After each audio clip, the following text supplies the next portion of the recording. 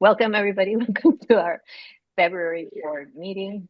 I'm happy to see so many of you today. We're gonna, like I said, call the meeting to order at 5 p.m. And I was gonna review the agenda, but first, because of the context that we're right now, I was gonna share a few things with you and just wanted to, like I said, welcome you for being here tonight. But I had this little quote that I wanted to read to you that is by Liv Shafka, who happens to be one of my favorite authors. And hopefully you can hear me okay. And it's just empathy and openness to learning from each other and from past mistakes, compassionate and critical thinking, connectivity, and firm belief in our shared humanity. Remember that every pendulum, no matter how wildly it swings, longs for balance, a center to hold it, are the ways we respond to the madness of our time.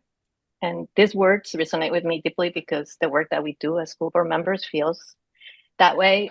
Right now, a lot is being thrown to us right now, and at the heart of our mission is public education, and as we all believe here, is the foundation of our democracy and a fundamental human right. So I hope that we can all work together. We all believe in a strong, equitable public education system for every child in Vermont. So investing in public education is an investment for the future of our communities and the values that we all hold dear.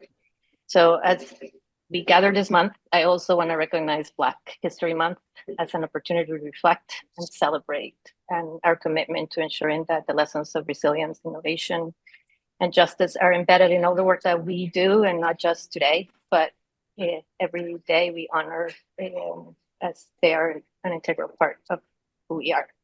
And finally, I just want to acknowledge that this month is School Board Appreciation Month. So I am incredibly grateful to all of you for your dedication for students, to our communities, and to our state. And your service is invaluable.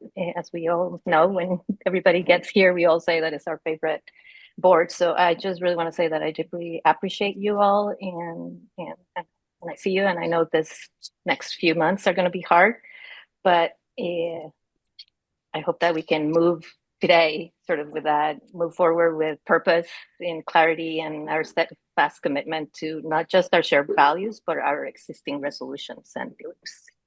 So with that long statement, I would love to see if you guys are okay with the agenda as it is, or if there are any changes to the agenda. No changes to agenda? It's okay. Okay. Could I have a motion to accept the agenda as submitted? Nancy and Jim. Yep. I'll second. Yeah. Okay, so Amy, you can give it to Jim. So Nancy and Jim, sorry, Bart. Okay, all those in favor, please signify by raising your hand. I think it might be easier. Aye. Okay, thank you. I think the ayes have it. So we're just gonna move it right into Jim. Okay. The treasure report. Exciting. Yeah, the best part of the movie here. Yeah.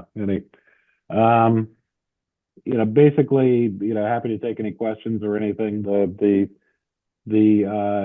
financials for the first 6 months for VSBA were in your package, as well as some minutes from a recent finance committee meeting that'll explain a couple of things that we'll touch on here. Things are, for the first 6 months, things are looking good. We're ahead of budget generally. Our financial position looks good, as well as how we're tracking against budget. There are a few items to note. One is not a big item, but one that's always good to make sure everybody's aware of. There are a few areas of compensation, meaning salaries and benefits. We're running a little bit above budget, but that's just basically because of our new personnel structure, and the people we have in place was different than when we started the year. So we expect to end the year, a bit over on that, but I think all of us would agree it's well worth being a little over budget, and we've done good things on the personnel side. You'll also notice the biggest item in there is really collective bargaining supports, where there's a variance from budget that we haven't spent nearly as much as we put in the budget. Just want to remind people that we decided to ensure that there were, sufficient funds, even though we don't have a bargaining year for the employer commissioners. We wanted to ensure that there were sufficient funds in there to support their work on trying to make any headway on the negotiation process and through the legislature. And we have hired Downs Racklin Martin to support the effort of the employer commissioners, and funds are there in case they need any other studies or anything like anything else to be done, in hopes of this being one of our best opportunities to improve the bargaining structure for healthcare benefits, which has been sort of a disaster to date. So the additional funds are built in there to be able to provide Mark and his gang whatever resources they need. If they don't spend it, that's fine, but it's there for them.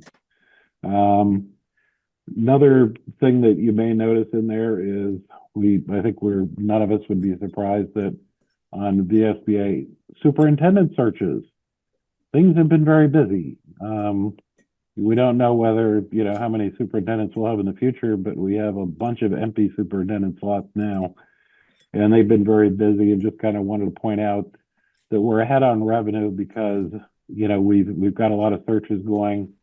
They've started and they've made their first payments, but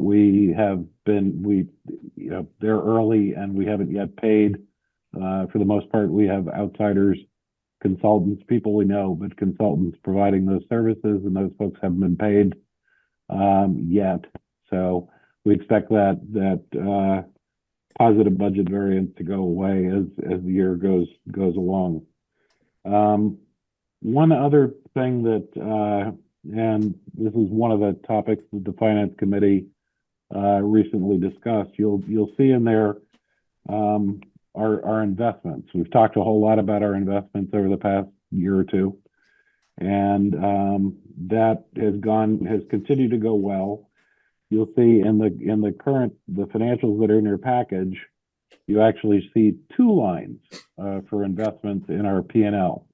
One is investment income, which shows up as ahead of budget and at about $9,400. That is what that represents is essentially the dividends we receive on the funds that we hold. And that's extremely predictable income based upon the investments we have in place. And that's what we, as a finance committee, discussed. That's what should be going through the P&L, the income statement, the very predictable basic income showing up in our income statement. You'll also see a line in there for unrealized gains and losses, which is a bigger number it's almost $20,000. That really reflects the changes in value of those investments that we're holding in addition to the dividends we've received. As a finance committee, we discussed and we think that really shouldn't be showing up in the P&L. It should be going straight to the balance sheet, and hopefully it'll just grow over time. But it also, it isn't real income until we actually recognize it. So the finance committee decided that it made sense. We consulted with our outside auditors, and that's going to be moving out of the P&L and it'll essentially be booked straight into our balance sheet in our equity accounts as a separate amount. That essentially gives us a little bit of buffer in case markets go down and stuff like that. It also gives us a way of tracking our long-term performance of our investments versus expectations. So that's one thing. That's, if you want a little bit of explanation, that's in the finance committee minutes that are in the package. But that 20,000 will essentially be coming out of the P&L and going straight over to the balance sheet. All right, that's about all I had for you guys. I'm happy to take questions or That was probably confusing. I'm happy to try to explain it better. Gaston. Yeah, hi Jim. Thanks for that. So the question that I have is on the balance sheet. Under Yep. investment, there's a community bank sweep account, and that dropped like 23%. I'm just sort of curious what a sweep account is, and what I'm thinking is some of those funds were moved from that account into like the Vanguard for investments, and so that's why it went down, but I don't know. Over. Thank you. Yep, we moved 100,000 of that. That was one of the changes we made to the investment procedures, that we can move operating funds over into the Vanguard account. So to date, we just moved one slug of 100,000 over into the Vanguard account, and that's earned us, that basically that's in treasury funds. So it's, earning us better interest at no risk. We don't want to go overboard. We're not in investment operations, so we're not trying to wring every cent out of this, but trying to take opportunities when it seems to make sense. Thanks, Jim. That makes perfect sense. And by the way, you guys are doing awesome with all of this. So thank you. Well, I've got a good, I need to give a shout out to the finance committee as well. We've got Bart and Nancy and Michael Inners, and our newest addition, Megan, it's a good group. We had a really good meeting last week or whatever, this week, I don't know when, recently, and it's a good group of people, and I think it's yeah, I think we're in a good place. Any other questions, thoughts? Then I'll let us get to the meat of the meeting. Yeah, I guess so. Are you sure? No more questions for Jim? Okay, so thank you, Jim, and thank you, Finance Committee, for all of that work. Okay. And so Amy is doing a spectacular job as well, I want to say. This, she is. That's true. She has moved into Carrie's old slot, and she's doing good stuff. Thank you, Amy. Okay. So now is the meat of our meeting, the Governor's Educational Transformational Plan. I'm hoping that we can discuss. And we had shared this tool with you guys, and hopefully it didn't make it more confusing. But at the top of the tool, if you hit the link again right now, I made just a couple of changes. One is I put a link to our resolutions and a link to our mission and vision and beliefs, so that helps guide our conversation. And then I received a little bit of feedback here and there. Some of it I was not able to incorporate it quite yet, but so that I was not surprising anybody. What is in red is new, and there is a couple of questions in blue that were shared by Mel, and then I have a couple from Jim. I just wanted to have so that you know that that's there. The way that I was hoping that we could, the purpose of this is that we can develop a position, and we can have, we can see where everybody is and where the questions are, and how we can have a formal response and give guidance to Sue and all our staff, really. And things are changing really quickly right now. So if you guys are okay, I wonder if there's any questions on that. We're not going to break up into groups, which is another question a couple of people asked me.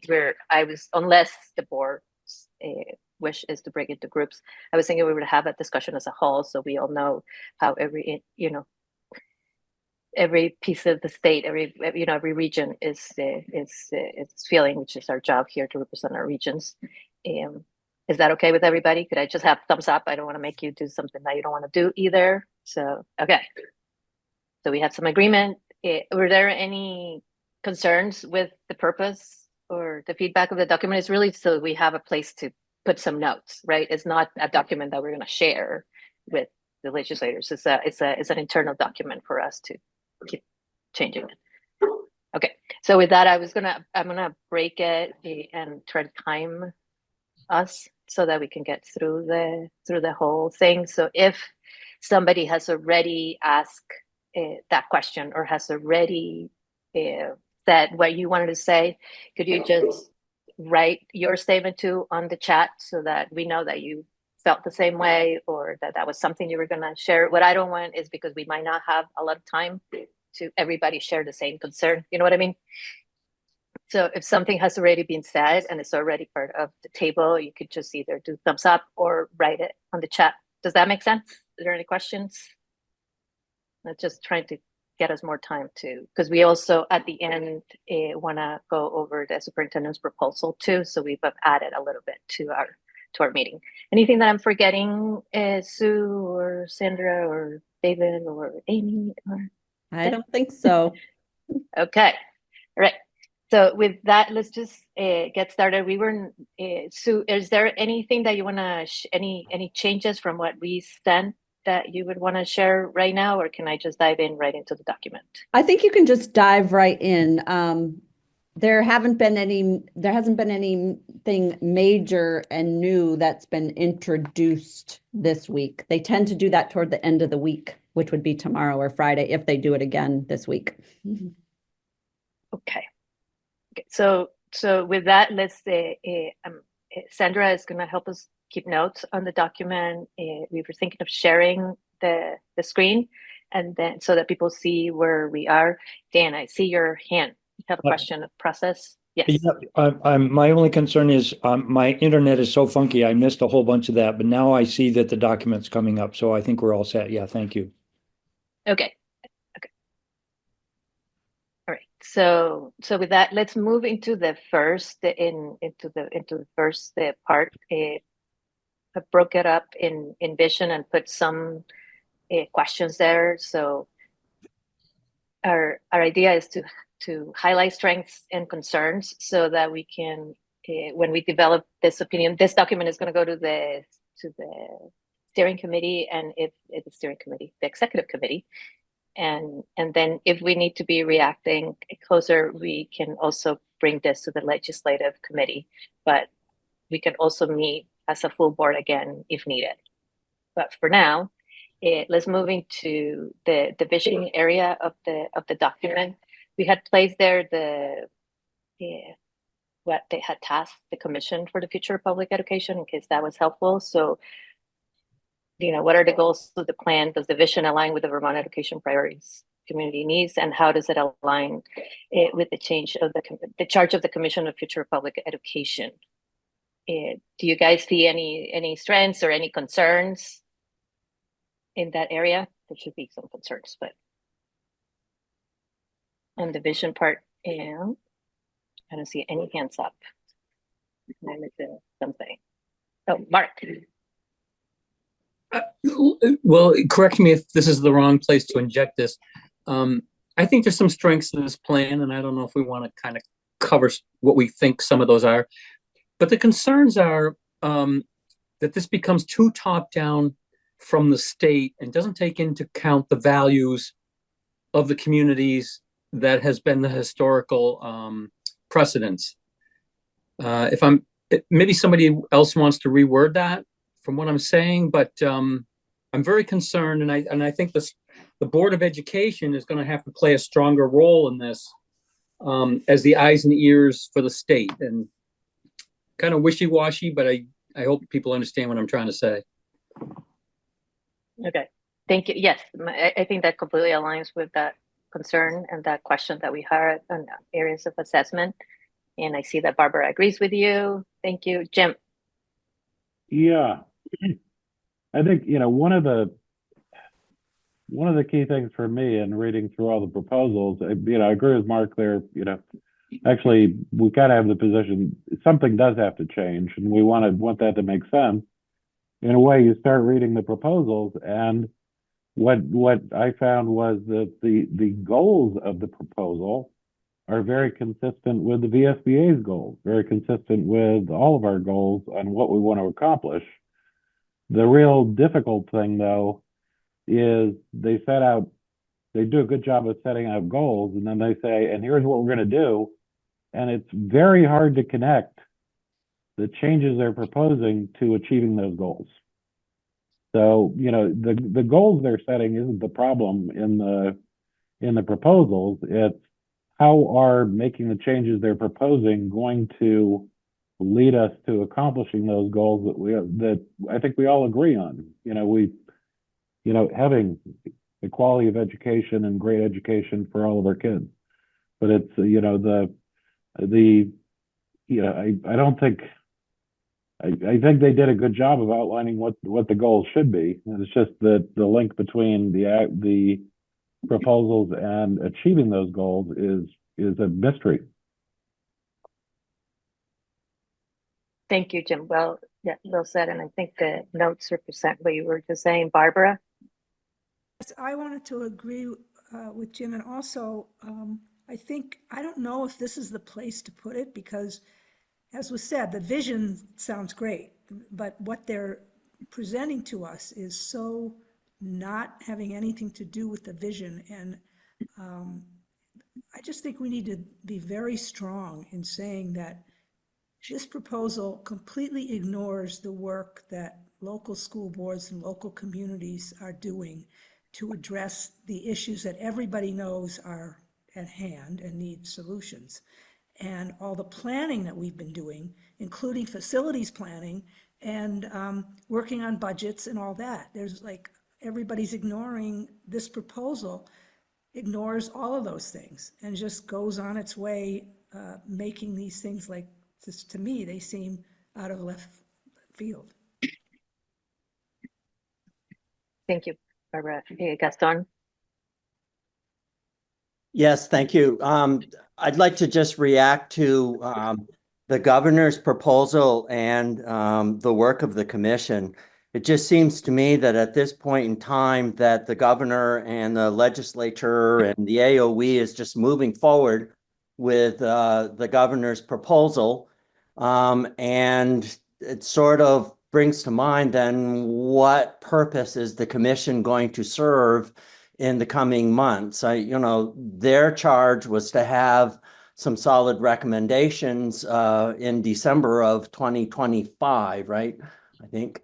And I just don't see how, anything that the commission comes up with at this point in time to be of any value, honestly. Over. Thank you, Gaston. Yeah, well said. Linda and then Mel.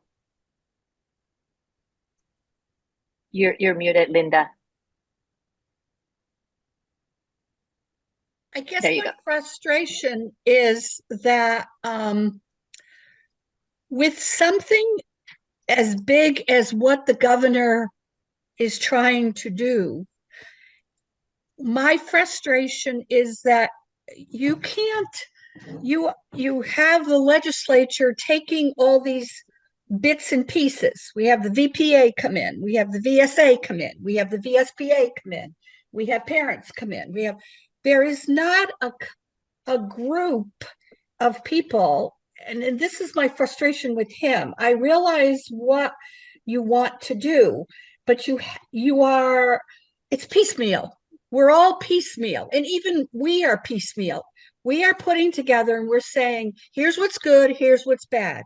But there is no table of people with something as big as what he wants to do and what we want to do. There needs, I wish that there was a commission of people from every group where we would trust, where I could say, I trust Floor, I trust Gaston, I trust Barbara, because they are people who have worked on the VSBA for years. And how can you do this in such a piecemeal situation and not get people together to be saying, look, we need to change this. We're never going to get what you want to the right and what you want to the left. We know we have to come to the middle. So let's create something where we can, where we can come to the middle. And by having this piecemeal situation of going to the legislature, of superintendents, I just wish we could say to him, you're supposed to be the top person that we're looking towards, then you need to put people together so that we can do this in a logical, right way, because it goes back to what you said about the goals. Our goals are the same. How we get there, we're not getting there. And by writing this and saying all we're doing is telling them, oh, here's what's right, here's what's wrong, but there's no group of people together to look at the whole picture and say, we have to do this together. That's what's Thank you, frustrating. Linda. So yeah, I think what you mean also is that you will want the work to go back to the commission, because that has representation from everybody. Is that something that you could agree on, or that's not what you're saying? Yeah. Well, okay. I want this commission to have people from together that we trust, and get together and actually try to do something, because it's just frustrating to me to see. Yeah. I'm sorry. It's okay. I hear you, and that's why we're here. And then I have Bart, and then Jim. You have spoken once already, so I'm going to go with Mark and Kaufman, and then go back to you. Okay, so Bart. Thanks. Yeah, just as part of the vision, it almost seems like they've laid out a very aggressive timeline, and it's it's just not clear that there's any sort of roadmap to get there. It's just missing a lot of details. It's almost like they're reverse engineering things to the timeline. Like I feel like there needs to be more strategic thought. I don't feel like the timeline is even reasonable for the scale and the scope and scale of the changes that they're proposing. I mean, we're talking about, we have, Fortune 500 companies that probably don't integrate as fast as they want to integrate central offices, right? Like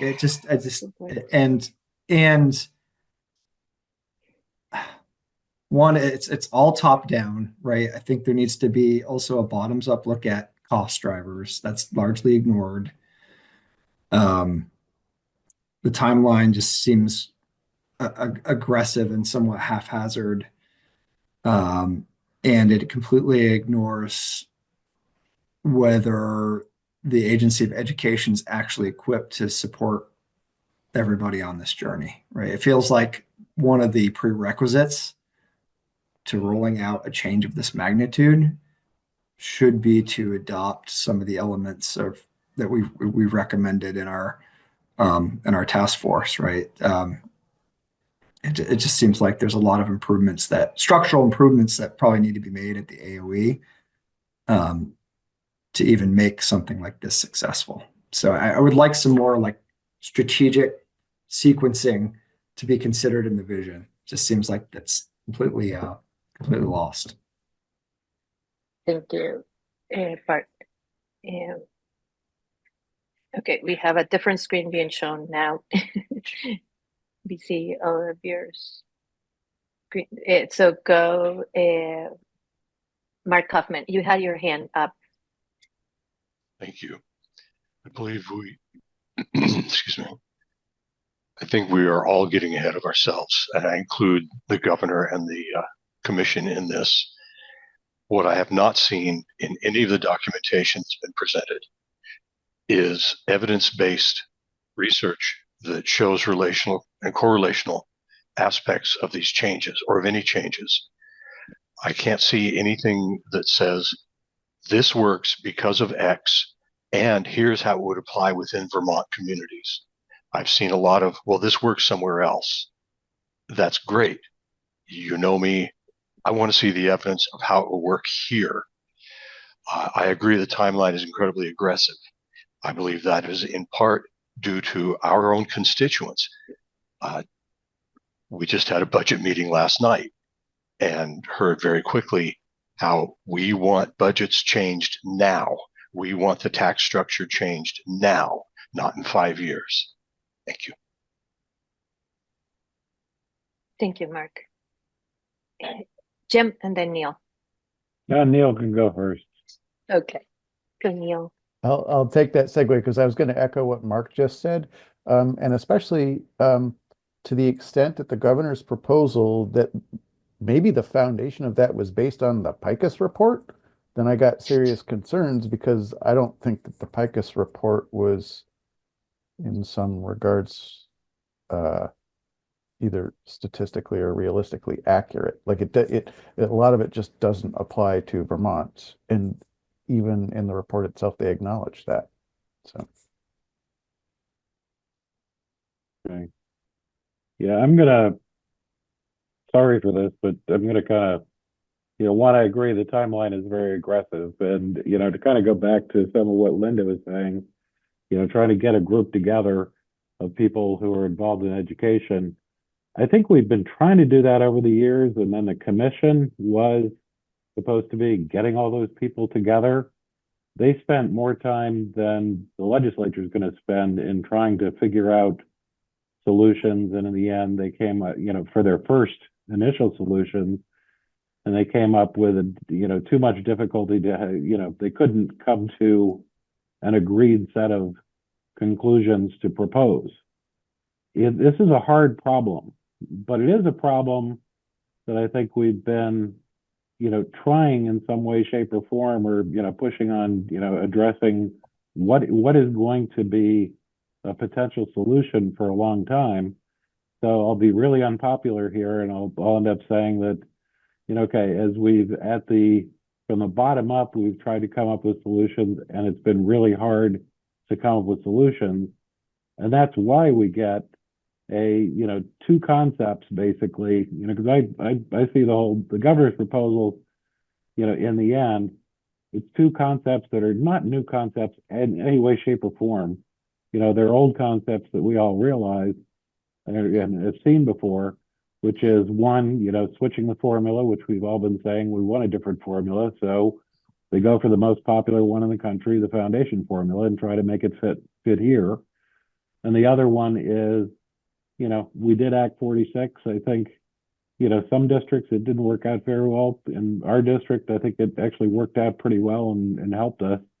And so the whole idea is, well, a little bit of consolidation could potentially help. A lot of consolidation has to be wonderful. So I think it's, I think this proposal has gone way overboard on the consolidation, 5 districts. But I think we're kind of we've tried to address the problem and how we could change things. And we've had a real hard time coming up with good solutions that everybody can get behind. So this is okay, here are the 2 big things. Here's the new formula, and we'll consolidate the heck out of you guys. And now waiting for a response. And I think, I kind of think that we need to respond to those proposals. We have to make sure we're still looking out for our kids and quality of education, which is our job number 1. But I think we need to be in a position to respond to what's being proposed. And even though we can't quite figure out how those changes are going to lead to the nirvana in schools that is presented, but I think we need to respond in a way that, well, what could potentially have a positive, impact on quality of education and on money. So I think we need to respond to this. It's not really a very surprising proposal in a lot of ways. Thank you, Jim. Mel, and then Dan, and then I'm going to move us in 5 minutes to the next part because we would still be able to. So I'm going to move us from vision into funding afterwards, unless there's. Go ahead, Mel. I think I was going to speak about funding, so if Dan wants to speak first, that would be fine. Okay. Yeah, I just want to say that I think the third thing that we need to respond to is the increase of the flow of money from the taxpayers to independent and charter schools, as they're now saying. So let us not forget that part of it either. Thank you, Dan. I won't forget that part. Anything else in vision that we want to make sure that we Emily? Hi. I think that we should consider making a statement in some of the strengths of the vision, because like it was pointed out earlier that the priorities do align with the VSBA priorities. And I think one of the questions was, sorry, can you just scroll up? I'm so sorry. Okay. How does the vision align with Vermont's education priorities and community needs? I think that the vision is responding to priorities and community needs. We've heard from our communities that they want tax reform. They want a different system, and this is one solution. It's not perfect, I think, but I think finding those strengths would be a good exercise for us too. Thank you. Thank you. Thank you. Okay. Let's move down to funding, and I put a little bit more time in here and in equity too. Okay. So here I incorporated. Do you want to get started, Mel? Because that's your question, actually. Yeah. Right. Yeah, I guess I don't really see how it's, I still have a question about how this is going to actually look on our tax bills. And they have not talked about CLA. So that I just feel like it's a huge question. I appreciate the effort to put together this funding formula. However, everything that I understand about what has been proposed is that the funding formula works when the schools are the size that are suggested. I want to say what, 350 for middle schools and high schools, maybe 250, something in that range. I don't have it in front of me, but the foundation formula only fits and works with a portfolio of schools that does not exist here. So I'm curious where the funding is coming from for capital improvements. That has not been around for years. They haven't offered that to us. I don't see that in the bill. But as far as I understand, we would have to vastly either grow our schools, change our schools, close our schools. You know, a lot of changes would need to be made. So what does that foundation formula look like when we're actually working with the portfolio schools we have now? Yes, that's my question.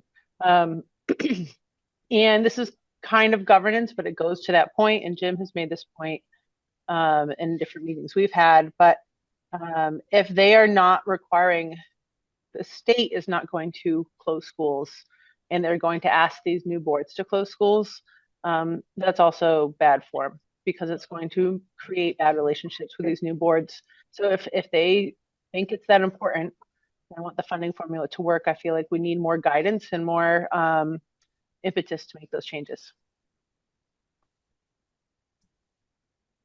Thank you, As Mel. much, thank you. Yeah. Okay. Then Megan, I see your hand, Jack. You're gonna go after Megan, and then I have Emily and Suzanne. Perfect. Thanks for that point, Mel. I actually wanted to highlight, Yeah. so the district that I'm in is actually the suggested size of the PICUS report. Our district is actually the size that the PICUS report suggests, and the funding formula does not work in our district. We ran the number, you know, we actually have student class sizes that are relatively close to the amounts in the PICUS report and those that are being suggested by the AOE. And we ran the numbers, and it would lead to, if understanding, you know, it's supposed to be in a different district. We modeled out the impact of this on our district, and it would lead to a $20 million loss in funding on a $100 million budget. And the reason for that is, to the point that someone else made, is that it is very much aligned to the PICUS report. And I think, well, it's actually twofold. One, the salaries, the average salary that they have included in the foundation formula is about 20% less than what our actual average salaries are. And that is, in my opinion, a function of cost of living adjustments. And it also addresses inequity in teacher salaries across the state. But in addition to that, it's also based on staffing formulas in the PICUS report for support people and others that just are really, you know, we as a state have not decided. I don't think the PICUS report is the right answer for us. And moving forward with this funding formula assumes that it is overall. So it doesn't work for small schools, as you're suggesting, Mel. It certainly doesn't work for larger schools. And it's a real concern that I have, because I feel like I know that it would dismantle the schools that I support. That's it. Thank you, Megan. Suzanne and then Emily. So at our board meeting last night, we discussed this in pretty great length. And there was lots of issues. The formula does not work for our district as well. We're probably $9 million in the hole, but we had questions around, like, we get billed for CTE students, so then how does the CTE funding work in all of this? We were wondering about, if they were to, in their funding formula, they're talking about consolidating schools. We've already consolidated in our district, and we sucked up everyone's debt. So what happens to the debt if we consolidate yet again? Where does that end up going? So we had way too many questions around debt and consolidation. And then we also had the CTE director come and speak to us, and that sounds like a major black hole of a lot of cloak and dagger, the way she was describing it, of people going into meetings and then being told they can't say anything about what they've seen or brought to the meeting or talked about. So that's another funding issue that's pretty scary. Thank you, Suzanne. Emily. And then Jack, sorry. Hi. I'm on the board in Barrie, and we've had a little bit different conversation about the formula because it will benefit us. We are a low spending, high needs district, and even the base level that they're talking about is over $2,000 more than our per pupil spending now.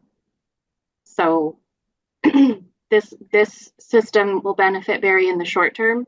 I don't know what will happen if people start raising extra money, but in the short term, this funding formula is going to benefit low spending, high need districts and schools.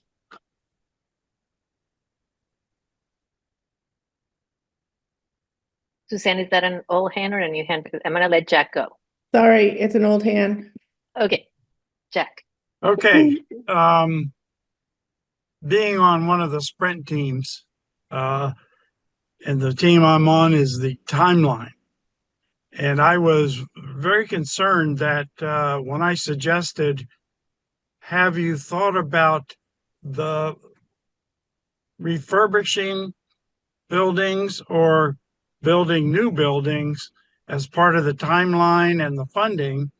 What is your answer to that? And the team leader, who I think is very bright and very good, of that team, didn't really want to talk about school building or school refurbishing, because she said that's really another sprint team's issue. And I said, school construction is timeline. I mean, we're in the timeline committee. And somebody else said, Jack's suggestion is really right on. It takes a long time to build a new school or whatever. And I said, if you're going to take 83,000 students and just put them in the same schools and then just reconfigure the governance, what is that really doing? Because what kids and parents, they go to their school, they know the principal, they know the teacher, they know some of the other families that go to the school, but they don't think of, I don't think the people in our community, and I'm on the school board, but I don't think they even know our names. I don't think they worry about who's on the school board and what's the structure and all that. That's important for the state and for, funding and all that. But for the man on the street and the woman on the street, the parents and the kids, they just want to go to their school. And if we're thinking of transforming education, we've got to think of well, what is the configuration of the school? How big should it be? And it seems to me that a lot of people are in this transformational design who aren't thinking of some basic things. And the only other thing I'm going to say is you put all the teachers into 5 large school districts or 25 or 15, whatever it turns out to be, they will want the highest pay from the districts that have been moved into this new system. They're not going to want the average pay. They're not going to want the lowest pay. So pay is a big funding thing. That's going to be a big deal. Thank you, Jack. We're going to have time to go over governance because I think some of the things that you're bringing up right now would be really helpful to put them on the governance part too. I want to ask Emily, I don't want to put you on the spot, but I want to ask you a wondering question, right? So does the extra $2,000, just to see if we could reframe it, like if we were to provide testimony, could we say that if we're considering a foundation formula, the work must include the what Dr. Tammy Colby did on her, include the weights, right? Wouldn't that benefit? Because right now, does $2,000 extra really cover the needs of your kids? I understand that it's just a little bit more, but do we want to focus on what the needs are, or is it just that short term is more important?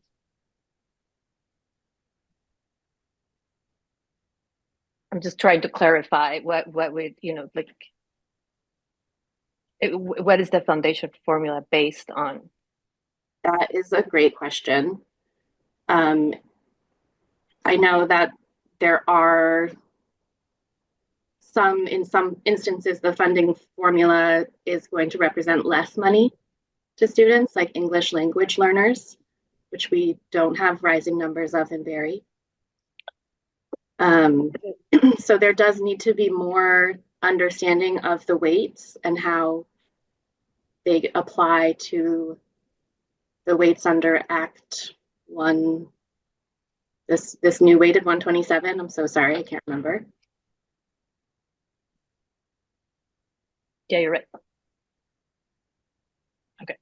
So you would agree with that. I just want to bring that up. Yeah. Okay. But just looking like apples to apples, this will be a significant amount of money per pupil for our district, which is one of the largest districts in the state.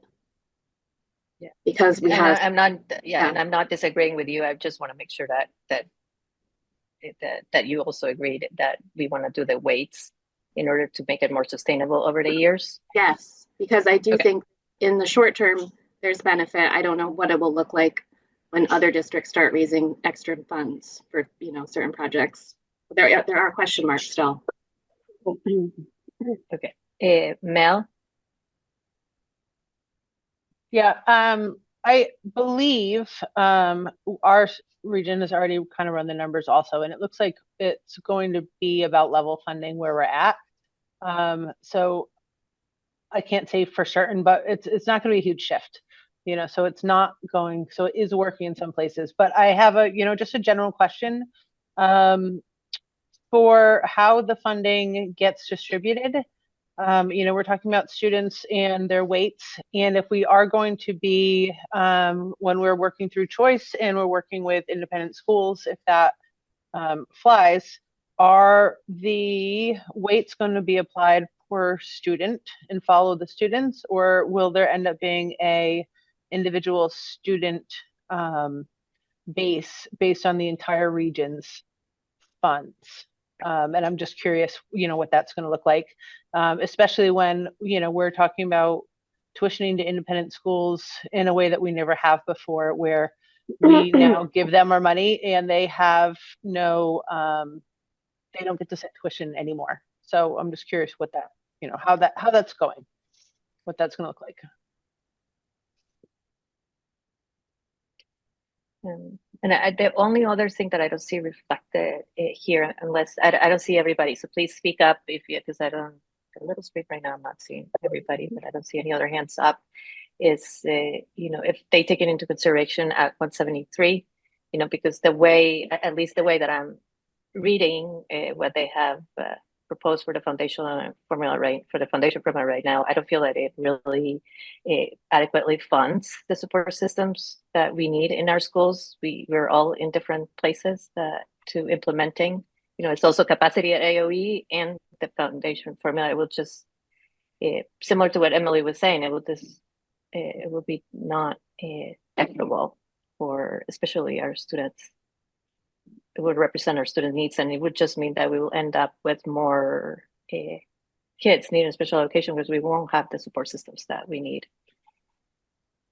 So I feel like whatever foundation formula they put in, it has to represent the very laws that they had passed just a few years back. And, okay, if there's nothing else on funding, Hey, Jim. Just to kind of throw in here, I'm really trying to understand, and I don't at all know the answers. As Mel said, in our district, the foundation formula as it is would pretty much cover what we've been spending. I know that Megan pointed out a big hit they would take. Emily it having a positive. One thing I'm really trying to understand is what can we learn from all this as far as, I think like, Flor just brought up, if we bring up 173 and special ed, I think they're just saying, let's stick with the same thing with the grant chunk coming. But on overall, I can't figure out whether we should be learning something from, this foundation formula. What would be interesting is a study. The foundation formula is supposedly, a one size fits all. This is the approach to getting the funding for the schools. Why is it good for some and bad for others? And, maybe we can learn something about, how different districts are doing things differently. And, maybe that could be part of the answer to, how we can come up with a system that's fair for everybody. I mean, it's clear that, we do have real spending differences around the state. And I just, by just, what we all do when we're presented with something is we say, how's it going to impact us? And we all go back and try to run the numbers and say, what's that do for us? And if it's bad, we hate it. If it's good, we like it. But we're not really learning anything from that whole analytical process, I think. And I think maybe that, to some extent, the thought is that, maybe before imposing a one size fits all in the entire state, we should be able to understand why it is impacting people so differently. That might just be a really good question to kick back at the people who are looking at the issues. Yeah, and you just made me think of one thing. I don't see any other hands up. Sorry.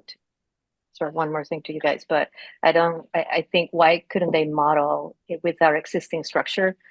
So like we are talking about right now, we are analyzing it with the structure that we have right now, that foundation formula is gonna work. So I feel like they should be able to model whatever that suggested base model they are coming up with, be able to model and give us some data, with the current structure too. Let's move to equity, unless there's more. And I'm not, I'm hoping that some others, I don't want to call it everybody, but please feel free. There's no wrong questions. I see your comment, Linda. Neil, confused. Oh, Neil, you added something. Do you want to speak to that? Only that Yeah. it's my own confusion. Like I don't understand how the BOCES part is funded. And that's just, we don't have to answer that question tonight. I also think, maybe the foundation formula could work, I think, as others have indicated, and the Colby memo is certainly worth some further investigation. It's just that maybe perhaps the parameters put around it aren't Vermonty enough. And I also am uncertain, and maybe it's just not been entertained yet or proposed, like would districts be allowed to spend above the foundation amount or not?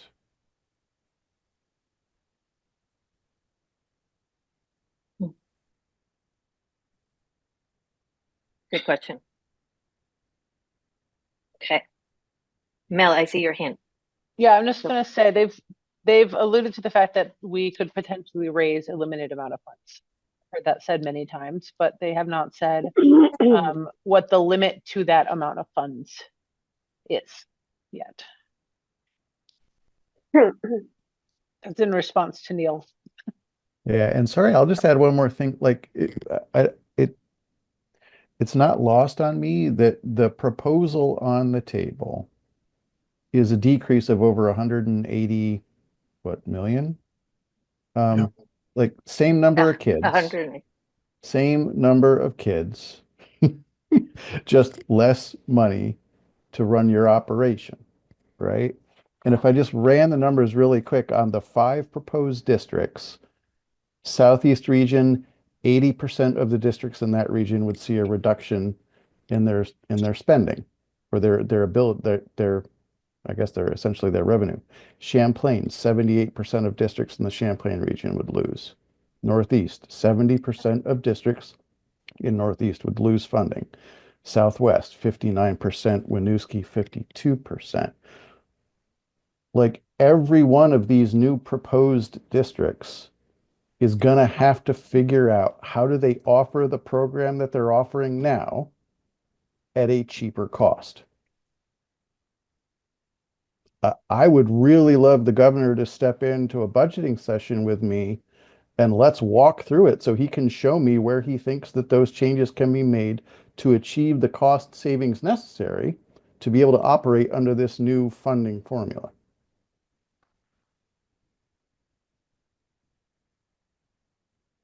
Thank you, Neil. Completely agree. Okay. Ready for equity? And I promise I'll give you a 5-minute break to get up in 20 minutes. Okay. I'm wondering, Lisa, do you have anything to say here? And I'm wondering if Joe, I'm not trying to put anybody on the spot. I just want to make sure every voice is heard. I'm curious why we haven't looked at, or they haven't looked at districts who have brought their spending down, their per pupil spending.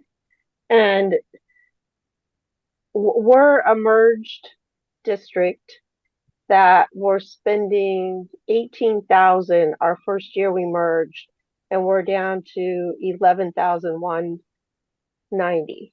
We have been one of the lowest spending districts for the past 3 years.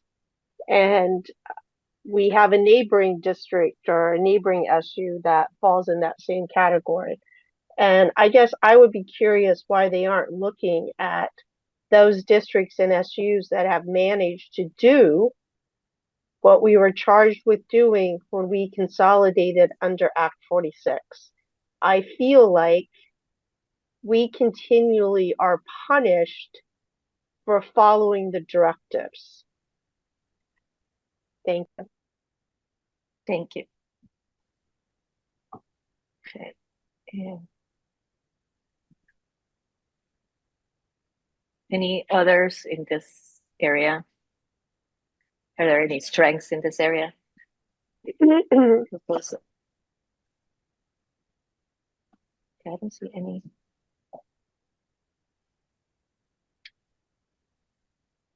Trying to. Laura, Emily teacher and and be Barbara patient. have hands up. Okay, I don't see. Oh, I see it now. Sorry, Barbara, and then Emily.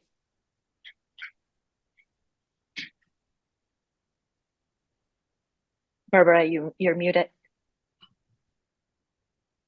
I want to mention that we're all assuming that because taxpayers are upset about their property taxes, which they have a right to be, that the only solution is to cut spending in the districts, and that we've been raising the spending because we've been profligate, or we just haven't paid attention, or something, or we have too many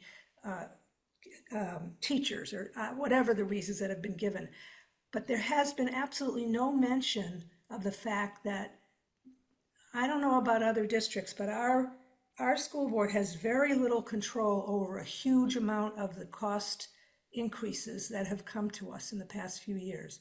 And we should be talking about ways to raise the money without putting more burden on the local taxpayers. Because over the years, what has happened is that the legislature and the administration has put more and more human services and other expenses into the education fund or on the backs of the property owners. And the only solution is not just to cut spending, which we really, in so many ways, is so impractical and doesn't even talk about school buildings. So we just have to say something about that, I feel. I hope other people agree with me about that.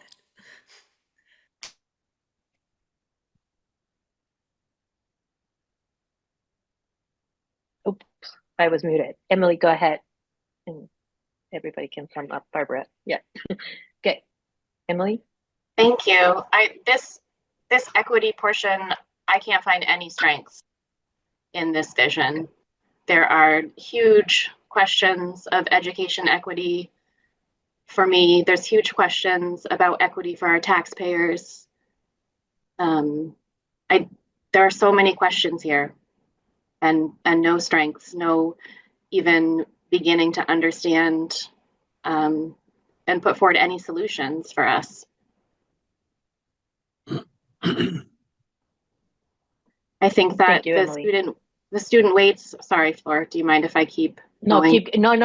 I thought you were done. Keep going. The student weights that we've seen so far are significantly less than we're receiving now. I'm not sure what the special education funding will be, but I'm assuming it will be significantly less. The ELL weights are almost not even half of what we currently receive. So again, the students with the highest needs are going to be given less and less and less. Thanks. Thank you. That's great.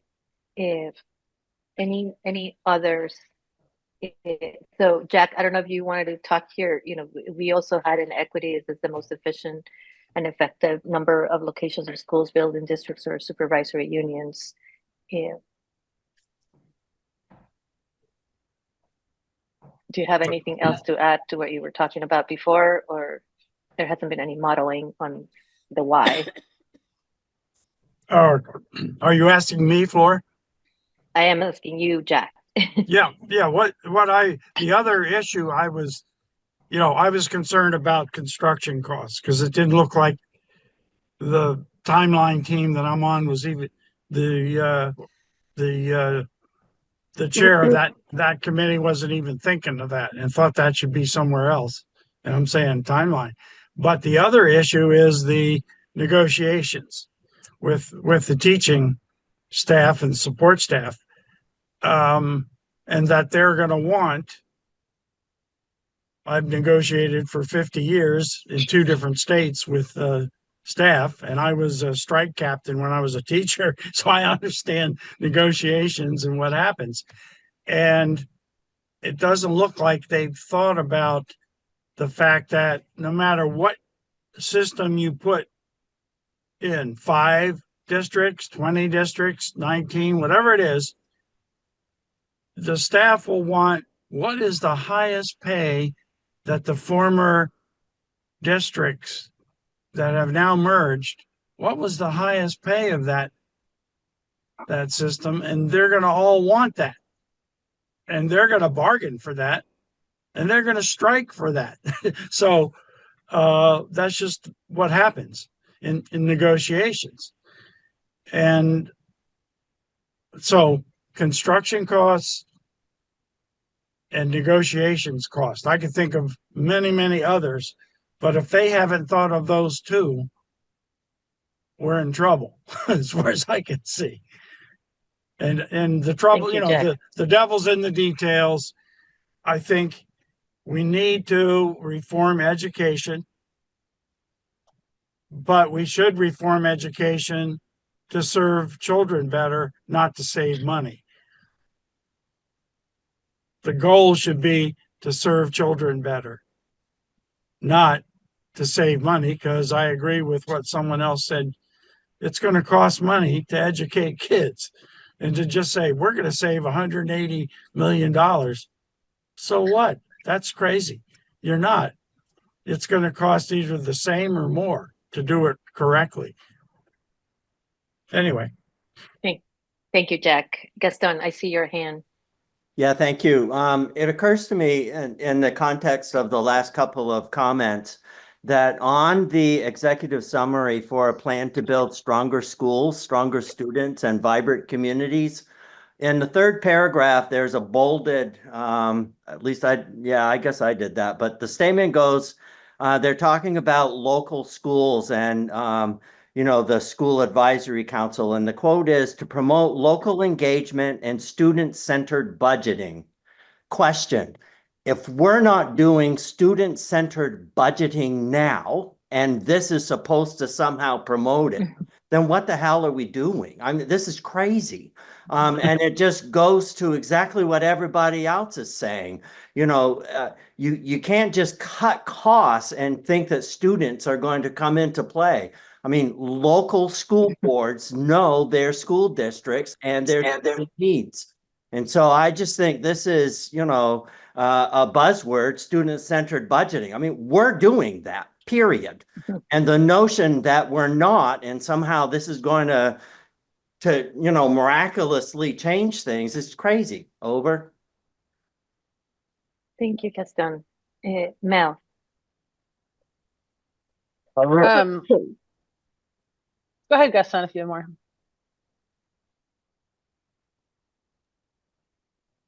Okay. I'm going to look for some strengths. I'm going to say I appreciate that we will have more opportunity to get kids on buses with these larger districts. This is something we struggle with a lot down here.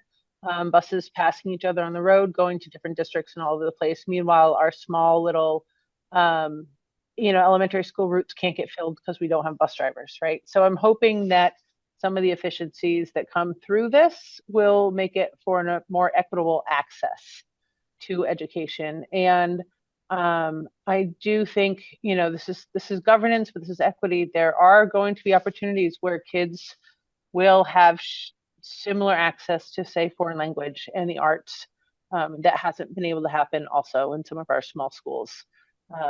So I'm just, you know, putting that out there that sometimes big governance does find efficiencies, and there may be a few of those. So, you know. Mel, I just wrote, Mel, this is Sue. I'm not sure if I captured what you just said. And Sandra's still writing it too. Appreciate there could be more equitable access through transportation, potentially better access to programming such as foreign languages. Foreign languages, arts, music, you know, all the specials that right now just are not offered at all of our schools because we can't get the teachers to meet that need. Okay, we got it. Thanks. Thank you. Okay. Jim. Yeah,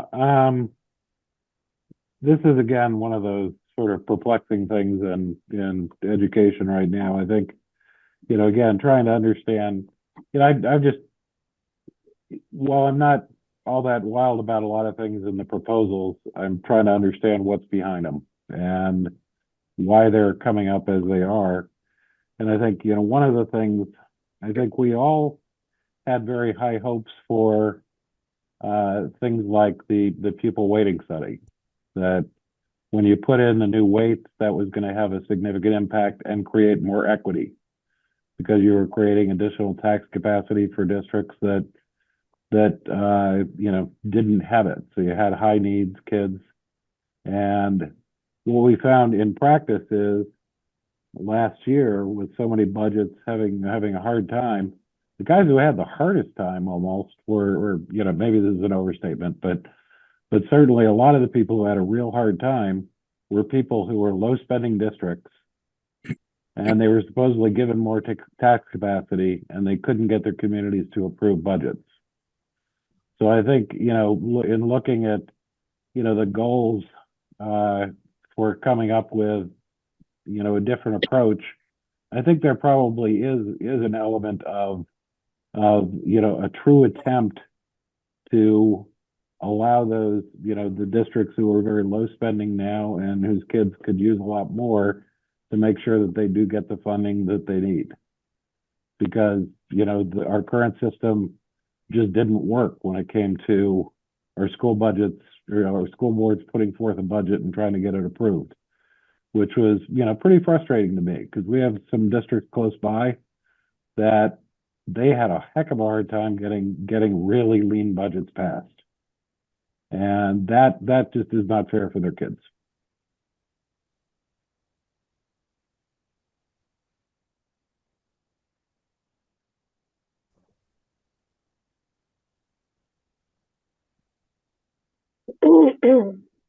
Oh, sorry, I was muted. Go ahead, Mark Claw. When we talk about equity, what has me concerned, flummoxed, is what the criteria is going to be for all these systems they want to put into place. Listening to that, the House Education Committee with Zoe and her assistant there, the voucher system and the lottery system that's going to go into place for the students that choose to go to private school, and how the privates, independents or privates, pick those students. I mean, that concerns me immensely, what that criteria looks like. What's the criteria going to be for the responsibilities of these voucher schools? When they introduce school choice, that just really, really concerns me, and something that we have to nip in the bud very hard. The other thing is trying to figure out, is it the boards, these big, the 5-member boards in these new districts are going to decide what schools stay open? I know they talk about the advisory committees, but you know how much strength that would have. I guess, I don't know. There's just so much to flesh out here around equity. And I just don't think they're going to get it right. It's going to be really bad on the poor districts. I guess I jumped too far on that, but that's how I feel. Thank you, Mark. Any other comments on equity? I had placed a question in red that came to mind as I was looking at exactly the issue that Mark was just talking about. Why didn't the agency contemplate a plan that did not include choice? Why did they choose not to pursue that? That is just a question. Jim? Yeah, I'll just pop in here on the whole, sort of school choice thing. That we have a different structure than a lot of the rest of you guys, and in our communities, we've relied upon, we have a very big supervisory union right now. It's 460 square miles. Of course, they're talking about, creating a district that's 1,600 square miles, which is sort of insane to me. But but within our system, within our 460 square miles, we have no public high school. And the whole idea of, I end up reading the school choice stuff very differently than a lot of the rest of you do, because from our perspective, it's how do we continue to have the system that we have, and not lose that, the capacity to educate our kids as we have, which we think has been pretty good. And so when we look at the school choice, we're looking at, is that allowing us to have a structure that allows us to continue the way we're operating? Because we don't have public high schools we can send kids to. So, from our perspective, we end up reading it, and that's the first thing that people read in my neck of the woods. The first thing they read is, okay, what's this doing to our, school choice system? And we've talked to, we have, most of our kids go to 2 schools. that are within the district. And, you know, we've talked to those guys, and on the whole school choice thing, you know, it's been presented and the VSBA responded in a way that, you know, suggested that, you know, independent schools are trying to take over the state. I can assure you that our independent schools are happy where they are. They don't want to take over the state. They don't want to expand. They essentially just want to continue to operate in the way we have been. And we're trying to figure out a way that these, you know, whatever proposals, you know, end up getting into reality, that they, you know, I do not want public schools to be picked off by independent schools. And, you know, I don't think that's, you know, that is not the intent in my area. But, you know, on these school choice things, you can look at it a lot of different ways. But, you know, I'm just kind of putting a plug in for our area where we look at it and, you know, we want strong public schools. We just have a system that doesn't operate that way now for high school. And so from our perspective, when we read this school choice school section, we're just trying to retain what we have. And, you know, that's why, you know, Mel and I will, you know, kind of react with, okay, you guys were all upset about, you know, voucher systems trying to take over the state. And we're kind of like, okay, we agree. We don't want that. But we do have to accommodate the way we provide education in certain areas of the state. Thank you, Jim. Lisa, you've been waiting on your cell phone. Sorry, I didn't know your hand was up.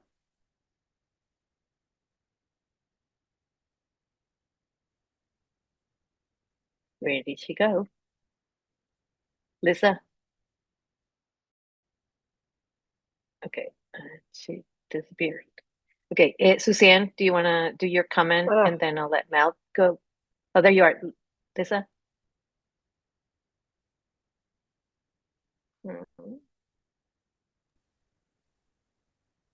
What I had said in the know what? chat is, and we had said this the other night at our board meeting, is a concern about if the parents with means tuition their students to perceive better school, and then they leave behind those who do not have the means to change schools for a better educational experience, you're going to end up with schools with low students of lower socioeconomic means being left behind, perhaps, and not having the same opportunities as those that have more money that can move their kids around. I mean, we've already seen it in our district. People have been rather open about moving their kids from one district to a next or from one school to another because of the students within their child's classes, and they didn't want them educated with them, so they've moved them.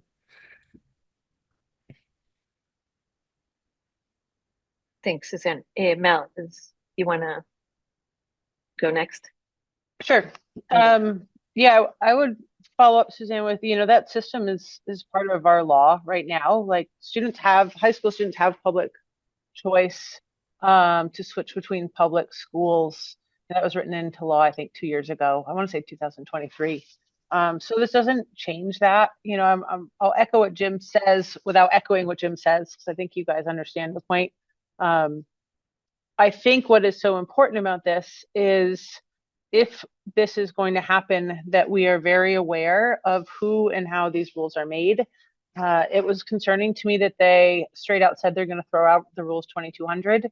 That's something that was worked hard on. It seemed there was a lot of agreement that there were some good guidelines in place for those rules for independent schools. The fact that every district, as proposed, will have the opportunity to either accept a school choice school, an SCS as they're calling them, or reject a school choice school. You know, that's up to the district's purview. They will need to set those boundaries and guidelines, and it could actually really prevent a lot of independent schools from being accessed if if the district's not paying attention to what those boundaries are. I would love to see or understand more why we would throw something away, referring to the rules 2200. One thing a question I would ask is, they were really specific about school choice schools being accessed 9 through 12. Meanwhile, I know across the state there are K through 8 systems. For instance, in our district, there's also a school that's an 8 through 12. So I guess my question would be why that is not an option. I know down in North Bennington, North Bennington's only elementary school is also an independent school. So there doesn't seem to be an option for that. So again, this is just about, why are we throwing out rules? Who's going to be at that table making those decisions?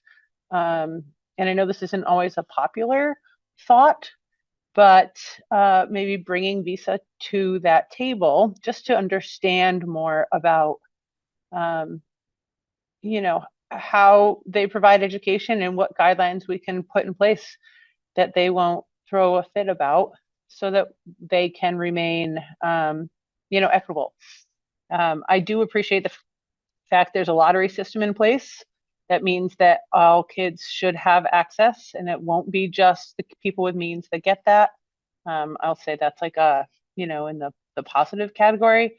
But I do think we should be placing limits on how big these schools should grow, right? If they're going to take kids, it should only be so many per district or per school, so that they are not gutting our system. And as Jim said, there's concern from our local independent schools saying they don't want to be looked at as competition. They just want to be able to provide our communities what they've been providing us. That's it.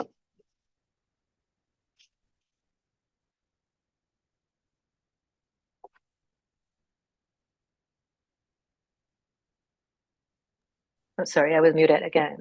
Thanks, Mel. Let's keep moving down so that here we already talked a little bit about implementation and timeline and feasibility. At the top, is there anything that we did not, because we can move some of those comments to the bottom? Is there something that we missed? We can explore the questions. Are the proposed changes realistic? We talked about that. What challenges might arise from the implementation? What is the capacity of the AOE? Yeah, go ahead. Oh, I'm sorry. I didn't mean to interrupt you. I just wanted to make sure that No, go Lisa ahead. had a chance to speak, because I think maybe she was having trouble unmuting, but I'm not sure Okay, about that. Lisa. Hi, Lisa, I are just, you, can you go hear ahead. me? Yes, I now just we wanted can. to say a couple of things. One, I think just because we're a low spending district in response to Jim's comment doesn't mean our students are going without. So I think that people that have worked in our low spending districts have done that at the direction of when we consolidated, and that was to be the outcome of consolidation under Act 46. Also, someone spoke about transportation and equity being a positive. I think it could be more of a negative, particularly it already exists somewhat as a negative in our district because of the space between schools. And I'm doubtful that they're going to be running multiple buses after school. So that if kids have to be on buses to get home rather than being able to go home and walk back or carpool back, 5 minutes to school, I think that becomes an equity issue, whether students can participate in athletics, after school clubs, programming, and those types of things. I also hope at some point we're going to speak to what Zoe continually says, is that they are going to create schools with highly qualified teachers with the most engaging education. Honestly, I kind of want to throw up every time I hear her speak about that. I'm not a little, I'm completely offended by it. It's a bit like someone spoke about student-centered budgeting. What do they think we're doing? Why would we be hiring teachers that are not highly qualified? And why would we not be conducting schools to the highest level possible?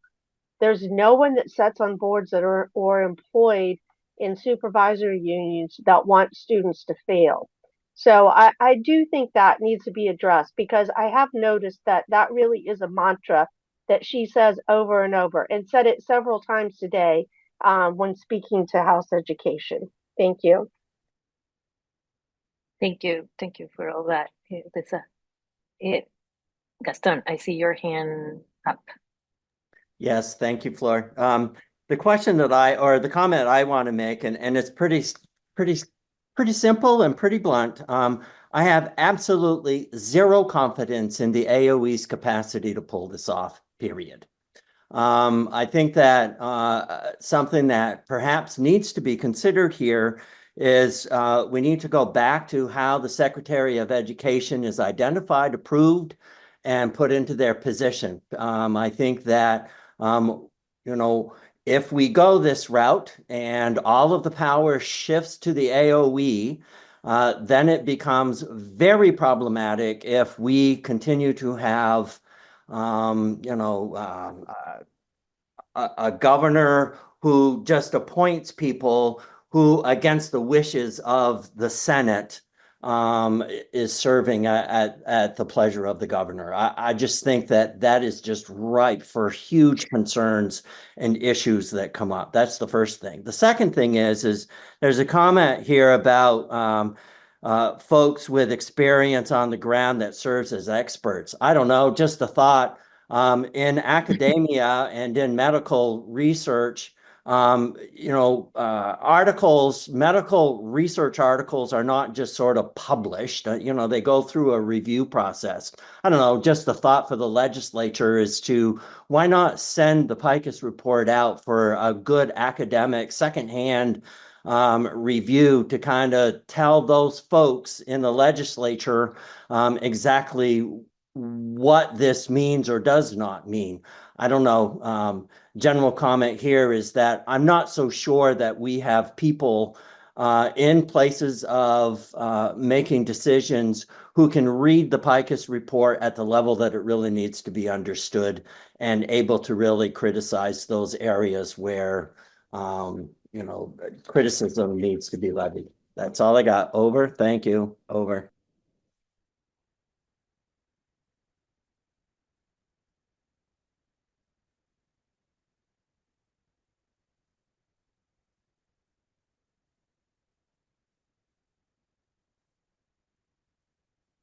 It was me that was muted. Dan MacArthur, go ahead.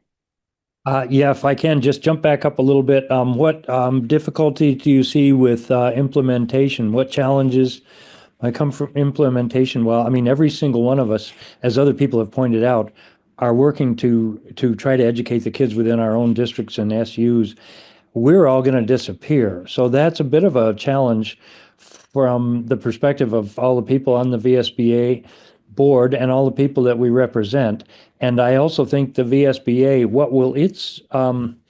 what's the likelihood that the VSBA would even continue to exist if there are so few districts and so few people on school boards? So not meaning to say that we should be self-important and that our existence should be the most important thing, but it really flies in the face, as others have said, of all of us, and especially after I think we have all worked really hard after the threshold was imposed last year to do the best we can. I would like to see what the budgets coming forth this year are going to look like. They're going to be lower. They're going to be money's going to be cut, and others have said this. I just want to repeat, I feel like we've been disrespected as members of the community. Thank you, Dan. Mark Cohen. And so kind of bouncing back down to Gaston, I agree that the AOE is not ready for prime time in this. I mean, our task force came out and said you guys are underfunded, understaffed, and aren't following what you're supposed to be doing right now. Same with the state board. And this proposal seems to say, well, we're going to fix that by reducing the power of the state board even more. Just trust that the AOE will do it and give more power to us from top down to handle, the trade centers, trade schools, and the special ed and all the districts. And I'm wary of either it's set up to fail and because there's just a level of incompetency, or it's being set up to fail so that the Secretary of Education, who comes from a background of charter schools, will be able to fix it by getting rid of public schools. So my cynicism is flying high. The more that they drip in information, nothing is coming out as it should. Everything is just a little bit more, a little bit more. The video that Sue sent us from, I think, the 6th, the legislators got the packet from Zoe an hour before the hearing.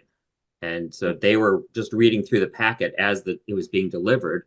They had no time to articulate any concerns, even though that thing was loaded with concerns. But this is how they've been presenting it all the way through. And if it's a real plan, then they have already figured it out, or they're building the plane while it's flying. Either of those things is unacceptable. And if that's the way they're handling themselves now, there's no way the AOE is going to pull this off effectively and efficiently in 2 years. That's great, Mark. Would you be okay, Mark, if we grab that comment and we move ourselves to educational governance and put her where will the accountability Wherever you want to put be it. for the AOE? All right. So, so could we move that one to that second question? Where would the it would be, where would the accountability be for the AOE to meet expectations following the timeline? What happens if the work doesn't get done? Is that okay? Yes, we will move it there. Thank you. So moving on into, I see the document that you posted, Neil, too. Do you want to speak to that, or can I move to educational governance? No, you When I should get move to governance. People can read that one later at their own pleasure. Okay. So we've been just talking about the AOE already. Anything else? I have a lot to say here, but I don't know about others. So where would the accountability be for AOE, and then how does this change enhances the composition, the role, and the function of the State Board of Education? So you know they're getting rid of it, but any comments on this? Oh, Jim, sorry, I see your hand now. Yeah, well, I don't know where this fits anyway, but I had one comment that I just kind of wanted to throw out there that, as we, again, we all look at how would these changes impact us? And, I looked at, how our district would change. And one of the things, made a statement that, when we did our Act 46 consolidation, from our perspective, it worked out pretty well. And one of the key changes that was actually helpful was we went from 10 school boards and districts down to 3. And that did sort of simplify life. And I think it's worked out well for us. But then I look at this new proposed district, and we all kind of focus on the 5, in this case, again, I said we have a 460 square mile. We're the second largest geographic supervisory union in the state.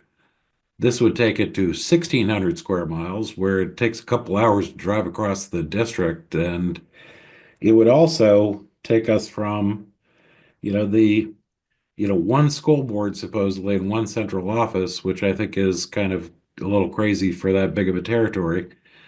But also just focus on those school advisory councils. That's supposed to be, I think, the school advisory councils are really a harebrained concept, because you do want to have, local say feeding into this. But I look at ours, and, we would go from, we improved going down from 10 to 3 boards. Now, whatever that board is, we'd also have these like 50 other boards at each school that's supposed to be doing the continuous improvement plans for the schools and feeding into this one big district. It's insane. I mean, it just, it fundamentally, it would be a huge investment of resources to try to make that even operate. And it wouldn't have any influence on the board, because there are so many of them. In reality, I've talked before, if you had some structure that worked, that actually would be a great place for the VSBA to kind of, pull all those people together in the future, because VSBA, brings bringing the voice from districts districts and schools all around the state and centralizing that so it does actually have an impact. But, that could be a new job for VSBA, but not in this structure because this structure, these school advisory councils are just nuts. I mean, it is not, there's no way that functions. That's my opinion. The principal, yeah. And we'll talk about advisor because I think we talked a lot about them through Act 46. But yeah, it would be really hard for the principals or the superintendents to know who they have to listen to. Gaston?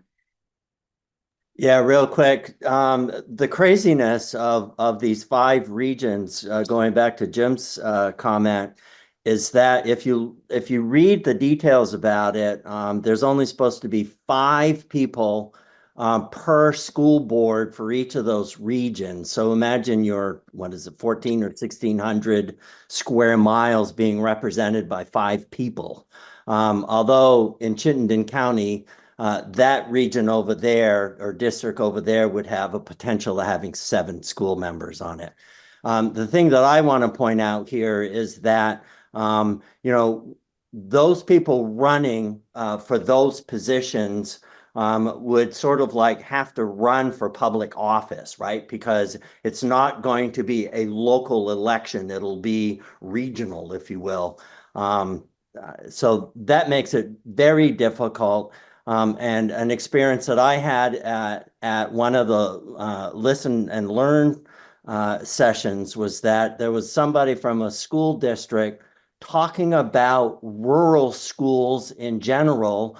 And I had to remind them that that wasn't at all what was going on in our little rural school. So there's a lot of assumptions going on and how people would learn about those schools they're representing is one thing. And then lastly, this is my last comment about it, is that for the Northeast Kingdom district, there are 8 supervisory unions, only 5 positions on the school board. So that means there's going to be 1 or 2, many current supervisory unions that will not have a position on that regional board. Over. And that's a concern.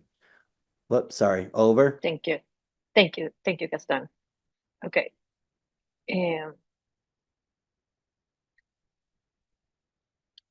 Should we continue to move or do you guys want to have a 5-minute break to use the bathroom, or do you want to wait until we're done with this?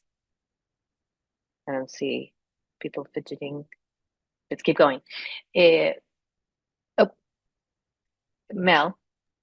I'm just going to say to the point, if we are going to, again, this is where the rules are really important, right? What does that election look like? Is it 5 people run from anywhere, and therefore we have 5 people in Rutland now that run our school board, or are they doing it regionally? So going back to the beginning, let's make sure the right people are at the table when these laws are written. Thank you, Mel. Okay. Any concerns in any of the other areas or any strengths on this area? Okay, I don't see any. Student outcomes and learning experience, I think we talked a little bit about it at the beginning. Any extra things that we're not thinking about, and how does this plan has student learning or gives more opportunities?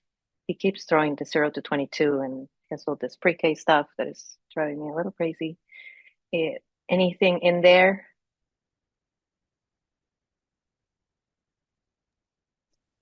I'll just throw out, just maybe repeating what I said earlier, it's that there may be more opportunities for the arts and specials that wasn't there before that we couldn't have hired for. Thank you. Mark? I'm not sure this is the correct spot, but I'm really concerned about when you talk about student outcomes, the impact on busing. We've all talked about how large these districts will be, and nobody's decided what schools will be open and not, but I can see a pile of busing going on. And I worry about student outcomes around that. I know that's not educational based, but it's a real thing.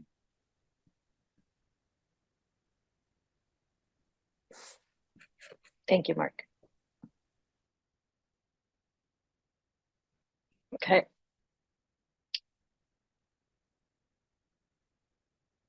Okay, so we could move into community and I don't know why I wrote the people. How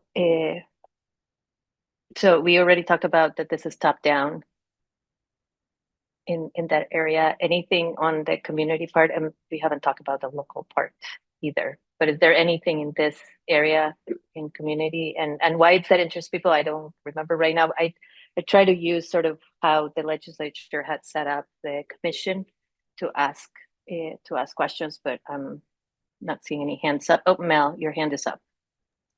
Yeah, community and local. If we were to have one board for these giant areas, what does town meeting day look like? And how is that? And what are their suggestions for that? You know, town meetings are important to all of our communities, and that's where school boards go and present and interact. And I'm just curious if that's being considered. Thank you, Mel. Mark? I think part of it's the data or the details they haven't given us is who's going to be the bad guy. Is the state legislature or the AOE the one that's going to say these are the schools that are going to close, this is how long your kid's going to be on the bus? Or are they going to require the local, big quotes, school boards to do the bidding that they have to do? It won't be within their control, but they'd be the ones to tell, oh, we're closing down your small school. And the state dodges the hate mail, and the school board is the one that has to deal with the fallout. Okay. Good point, Mark. Dan, and then Mark. Yeah, and I guess maybe to echo a little bit of what Mel said about town meeting, what about all the people who work on PTAs and, are integrally involved with our schools now, kind of the way school board members are? I don't see them having the same kind of agency, or I see them being disenfranchised. It would be really difficult for that not to happen, I think. Thanks. Thanks, Dan. Mark? More of a question for us on our posturing. Do we know what they think they heard from the listening tour? Did they provide a summary on what they thought they heard? And is that what's guiding some of this, or is it just like everything else? It's just doesn't matter. I would let Sue talk about that because sort of, yes. Yes, I believe it's linked above in this. It's AOE Listen and Learn. Yes. It's in the community and interest people. It's right there. AOE Listen and Learn, 2 key themes. Yep. Do you see it there? So there's kind of a summary in there, what they thought they heard? Yes. Okay, Yeah. Thank you. Okay. So now we get to, I left this for last, but it's the impact on school board members and governance and the advisory councils, which we've been talking about to some length already. Anything that we're missing in the advisory councils? It's my sense from listening to all of you that we don't favor advisory councils. Would that be a fair statement? Mel, I see 2 thumbs up from Dan. Are you guys done with me? Yes. I want to also say too, I know it's in our the VSBA that we educate school board members on their duties. I think that same thing needs to happen for advisory councils. If there's any expectation that they're going to have any power, if they are just a glorified PTA council, then that's what we should call them. And there should be a false sense of what they actually do. But if they have a role, then they need to be informed. Okay. Good point. Yeah. And then, that larger question that we had there, what would the VSBA role be if we consolidate to 5 districts? We had 25 members. Mark Coyne. And this kind of goes to equity a little bit at the school board level, is if you're going to have 5 board members that are governing 10 to 15,000, and then it sounds like the one large one would be 7 board members that are part-time paid positions, probably doing full-time work, that really limits who can be a school board member, who has the time, who has the ability to do that kind of work. And it's going to enter money into the picture. You're going to have to run for school board, and it's going to be like running for legislature. Suddenly it's who gets to have the most money and the most name recognition that's going to be able to then decide what happens in our schools. And it's not just the people in your local area who have good feelings towards their community.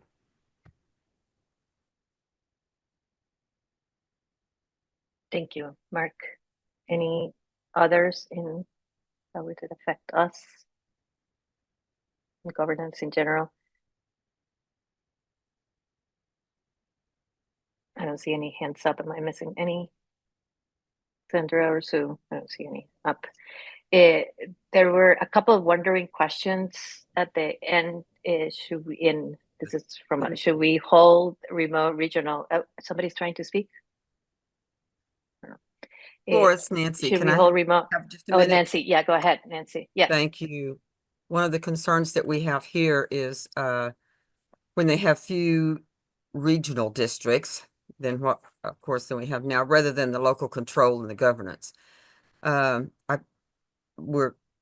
very good friends with who our superintendent is, and she's an interim superintendent, but before she came on as the interim superintendent, she already was very familiar with the community and with the students and with the teachers that she was going to be working with as the interim. So we feel that if this system goes into place, that that the people that will be leading us at that point really won't know the towns, they won't know the families, they won't know the students, and they won't know the staffing. And we feel that's going to be a real detriment to our kids from our small community. So that's just one of our concerns, but most of them have already been talked about earlier with other people. I just sat here and nodded, but that hadn't been said, and I think it's really important, and so does our school board. Thank you. Thank you, Nancy. Okay, so as we move along, we had some just wondering questions. Should we hold remote regional meetings and request input from members? I know some of you had asked questions. This is moving so quickly that it might not be the most effective way to do it. Or should we send a survey? So when we testified, we could say, this is how many board members were surveyed and we were all in agreement. And obviously, how would that feedback be incorporated if we do that? So we could stop the share, Sandra and Sue, maybe, so that we can see everybody and see what thoughts are around that.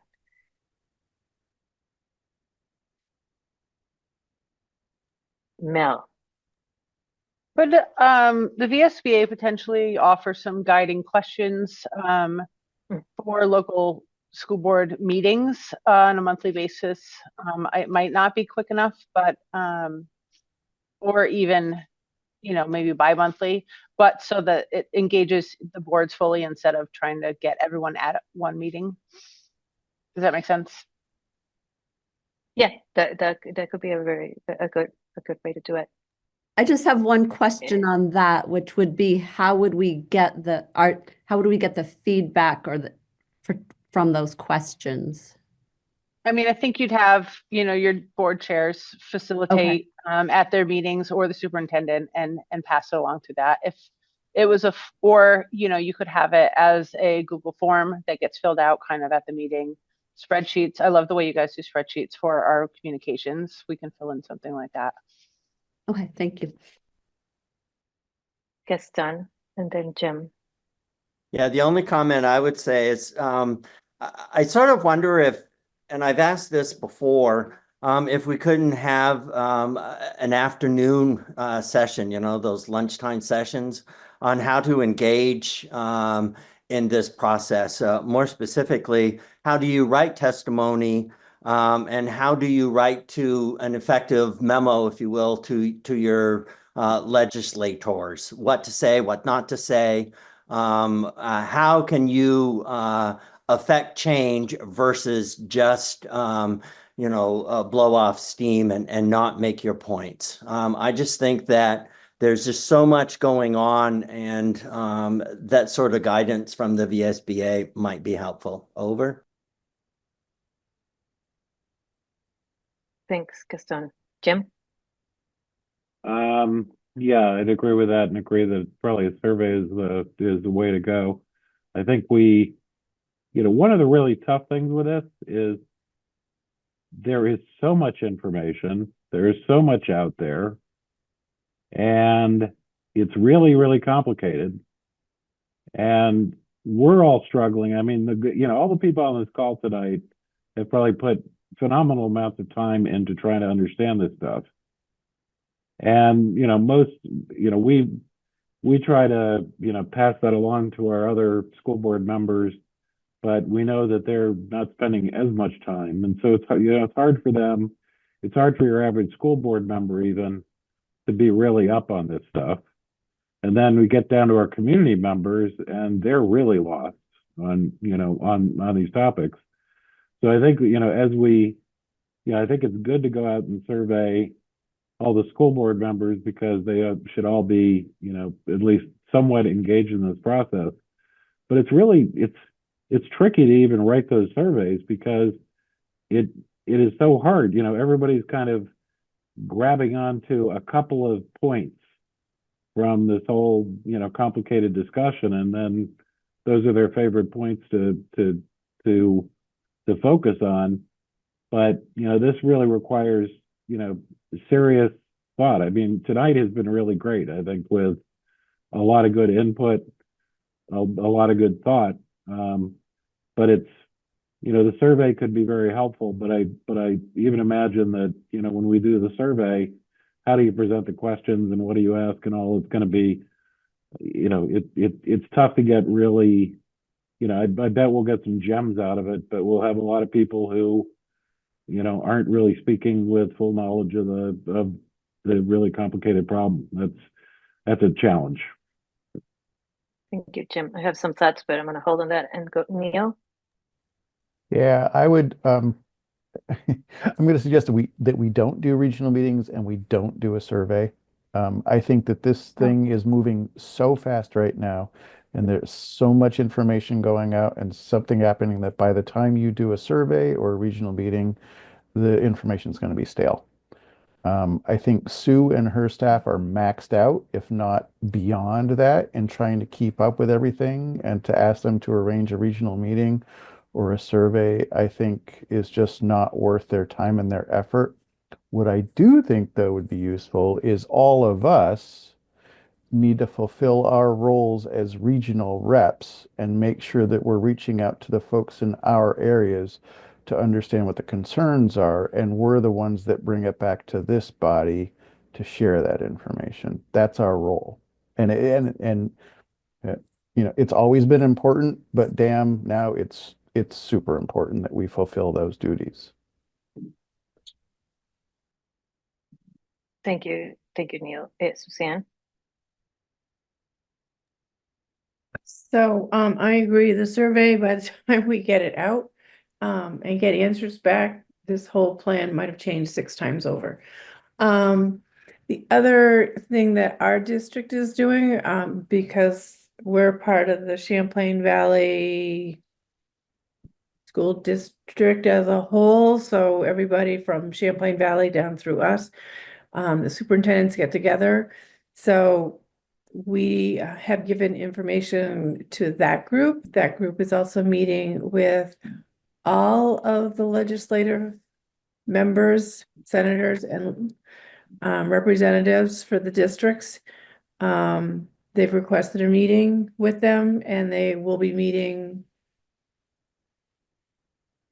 I think it is next week, to give them feedback from their various boards as to what they think of the current proposals and their questions. But Neil, your suggestion about us talking to board members in our district, Mark and I have had a few email conversations back and forth, trying to figure out what we should send them and how we should get information back.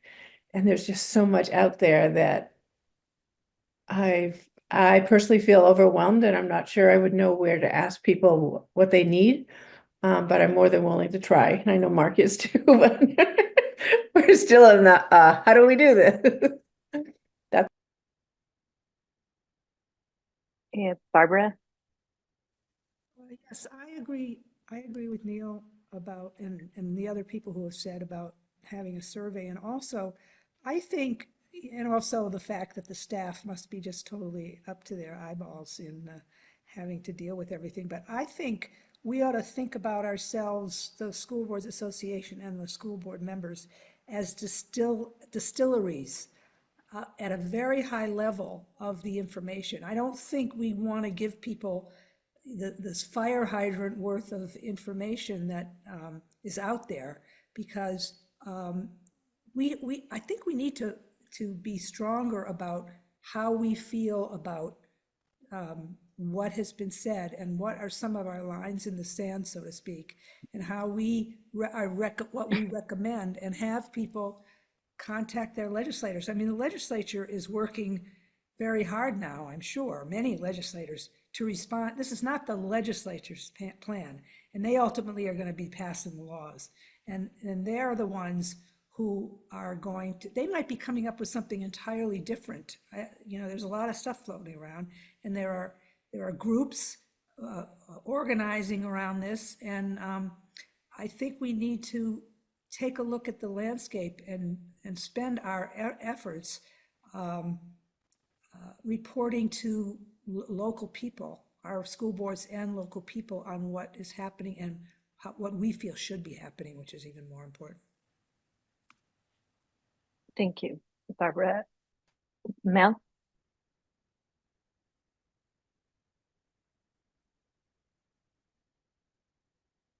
I just want to say thank you very much for the links that you guys have been sending, to all of these points.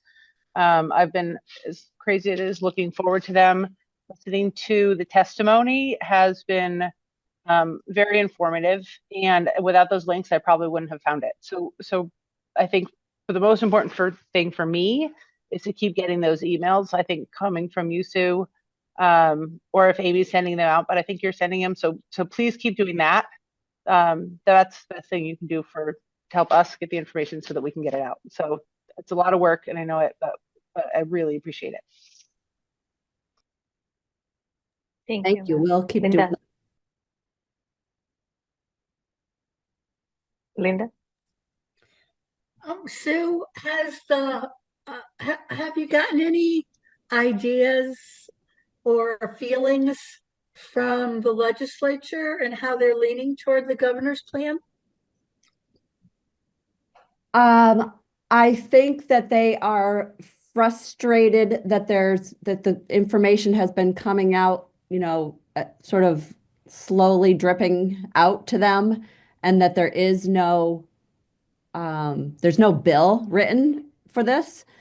So there's really nothing for them to work with. And what we understand that the Legislative Council has hired Donna Russo Savage on a temporary basis. She's retired. She used to work for Legislative Council, and after that, she worked for the Agency of Education. That the current attorneys at Legislative Council don't feel they can write the bill, and so she's been hired to come back on a temporary basis to write the bill, but she won't be appearing in committees. So that's kind of what's happening right now. Okay, because I feel we're dealing with, if you looked at policies and procedures, the frustration that we all feel is that the governor keeps putting out, or whoever keeps putting out policy, and there's little procedure of how, and to me, that to me is strategic. I think that's very strategic of how they're doing it. Dripping is, we're going to make you work for any information because this is where we think we should be. And yes, we're listening to all these people. I go back to the Listen and Learn tour. And what do we get out of it? We got out of that they feel the same way we do about kids, or they say they feel the same way about kids. And here's our policy, but we don't have. We're going to just drip the procedure out to you guys. So that would be one of my things that would be really important, I think, to pass on as from the VSBA, is that you're just not giving us enough information of how maybe you don't know, but if you don't, I think you should tell us that you're the same way. You're in the dark about this too, but of course they won't. But yeah, I just don't think there's enough procedure of how it's going to work out. There's so many questions. There's just too many questions, and you're not. If you know the answers, you really should be telling people a little bit more information. It's just me. Thank you very much. Thank you, Linda. Dan MacArthur, and then Suzanne. Yeah, two things. One that hasn't come up tonight. I've actually mentioned this before. I think it's going to be really crucial that the VSBA and not be in collaboration with the VSA or the VPA. I think we all recognize that if that it's almost impossible to imagine that the interests of the superintendents will be the same as the interest of the school board. So let's make sure that we are carving out our own space here. And then the other thing I want to do is second what Suzanne said a few minutes ago. And I think if Sue and you, the people who are going to be dealing with things as they come flying at you in the next few days and weeks, take anything away from tonight's meeting, I think it's a real skepticism about this entire proposal and every aspect of it. And I hope that will give you enough to go on to be asking the hard questions as we go forward. Thanks. Thank you, Dan. Before we get going, I think I just want to sort of summarize what I'm hearing. So I just see now Suzanne and Neil also have their hand up. Are you wanting to talk about the questions that we asked at the end? I think where we're hearing from the board is that we're okay not sending a survey right now. Maybe as an executive committee, we can think about creative ways for so that the regional reps, whether it's questions or something, how we can brainstorm some kind of idea for you guys to reach out to your regional to your region, but each individual representative is going to try to do their best to be distillery of information, I've heard, and drink too much while you're doing it. What else? That we just wanted to ask the questions to make sure that we're in consensus. We're not doing, first we're not doing something that you want us to do, but that we have consensus. Suzanne and Neil, I didn't mean for you to put your hand down. I just want to move us into looking at the VSA plan too, which Dan will get to you in a minute. Suzanne. So the only question that I still have that I'd like the VSBA board to keep on its radar is what is going on with the overall career technical education plan through this. We heard on Monday night that it was going to be centralized. There would be one governing board, and then that governing board would oversee all the tech centers. I haven't really heard a lot. I've tried to follow it, but it's been kind of hidden out of the public eye. So if there's some way we can find out more about that, that would be another huge piece there are students. They leave our high schools and they go to tech centers. So it's not like we're talking a totally different group of individuals, but whatever's going on there really needs to come back out into the public eye so everyone's aware of what's going on.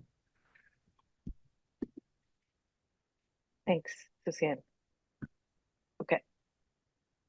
Are we ready to go over the VSA plan? Neil, or Dan's coming. Yeah, sorry. I mean, I can say it out loud. Like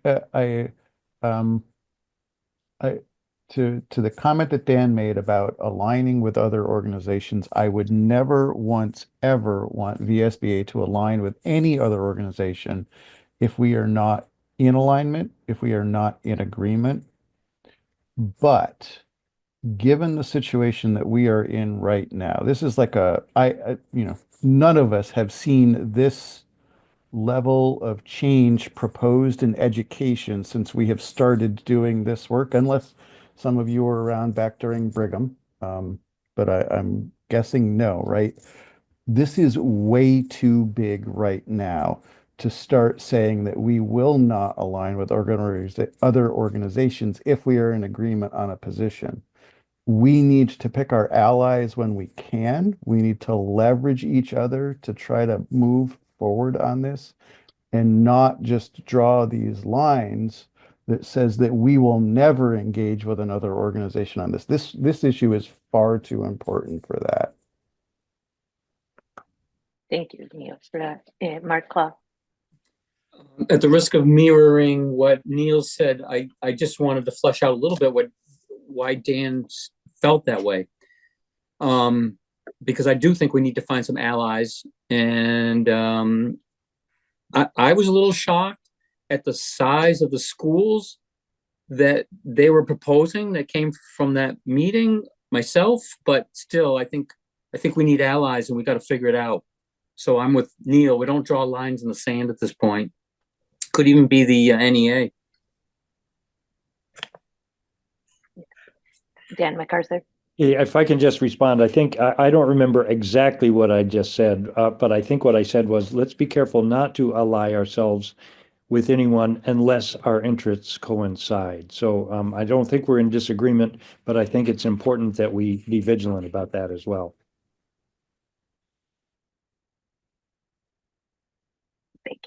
Thank you, Dan. So with that, I think the guidance that we're giving, we're all in agreement that we're gonna, we are stronger together at this point, and we need as many allies as we can. And if we have points that are not the same, we'll make sure to make them. But right now, the stakes are too high. So with that, Sue, should we move into the VSA, because I think we really need to go over the VSA proposal to be able to propose some. Yeah, the reason feedback for to that them. is because I've been asked by the House Education Committee to provide VSBA's, thoughts on the VSA proposal. So that's why it's in your packet.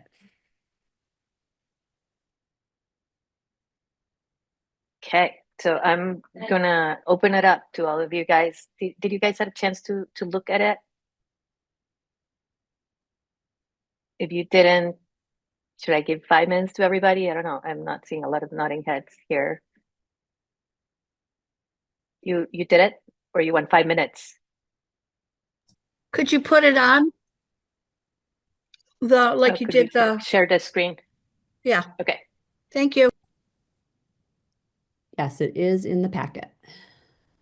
Yeah. Do you want to share your screen, Sue? You want me to share my screen? I'm hoping that maybe Sandra can share her screen. Are you able Sandra. to do that, Sandra? Because I'm going to try to take notes on this part of this discussion.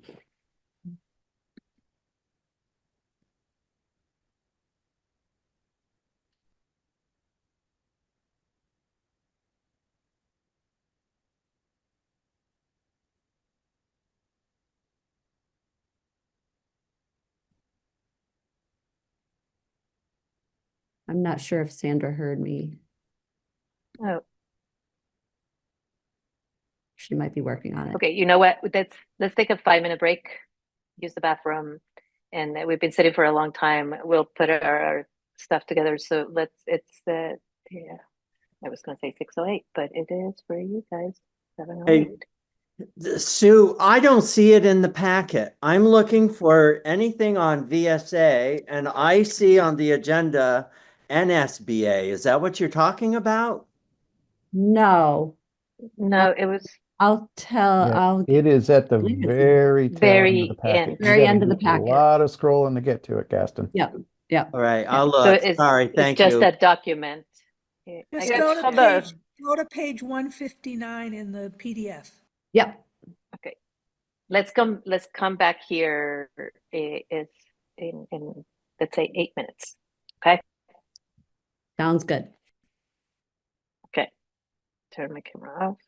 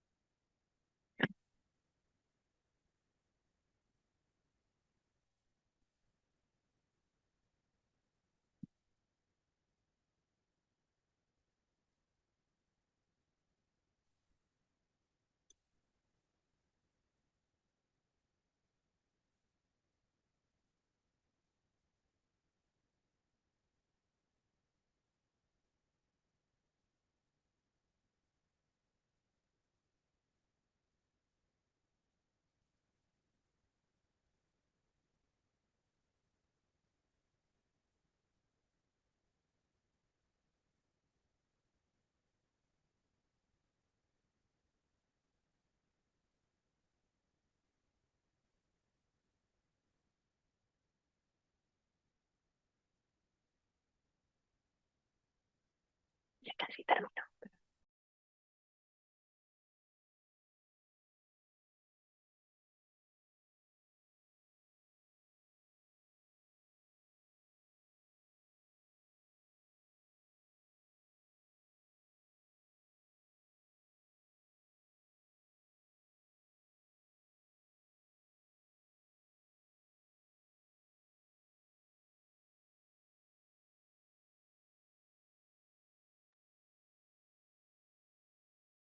Still about a minute left, but papers ready. I think Sandra is set to share the screen. Okay, I And can share really it what too. we'll, Okay. what we'll be looking at is the policy recommendation. We don't need to look at the entire document. It's really just the policy recommendations explained in this brief are at the bottom of the first page, district size and governance, and school size, and then at the top of the next page, class size. Those are the areas.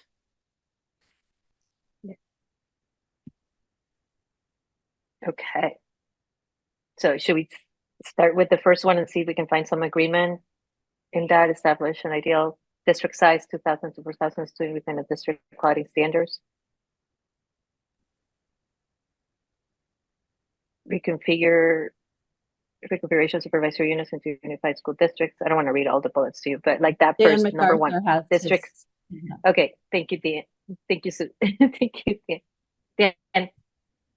Yeah, so actually, I just want to make the same point that I made a few minutes ago. I'm looking at the three policy recommendations that they make, and they have to do with district size, school size, class size.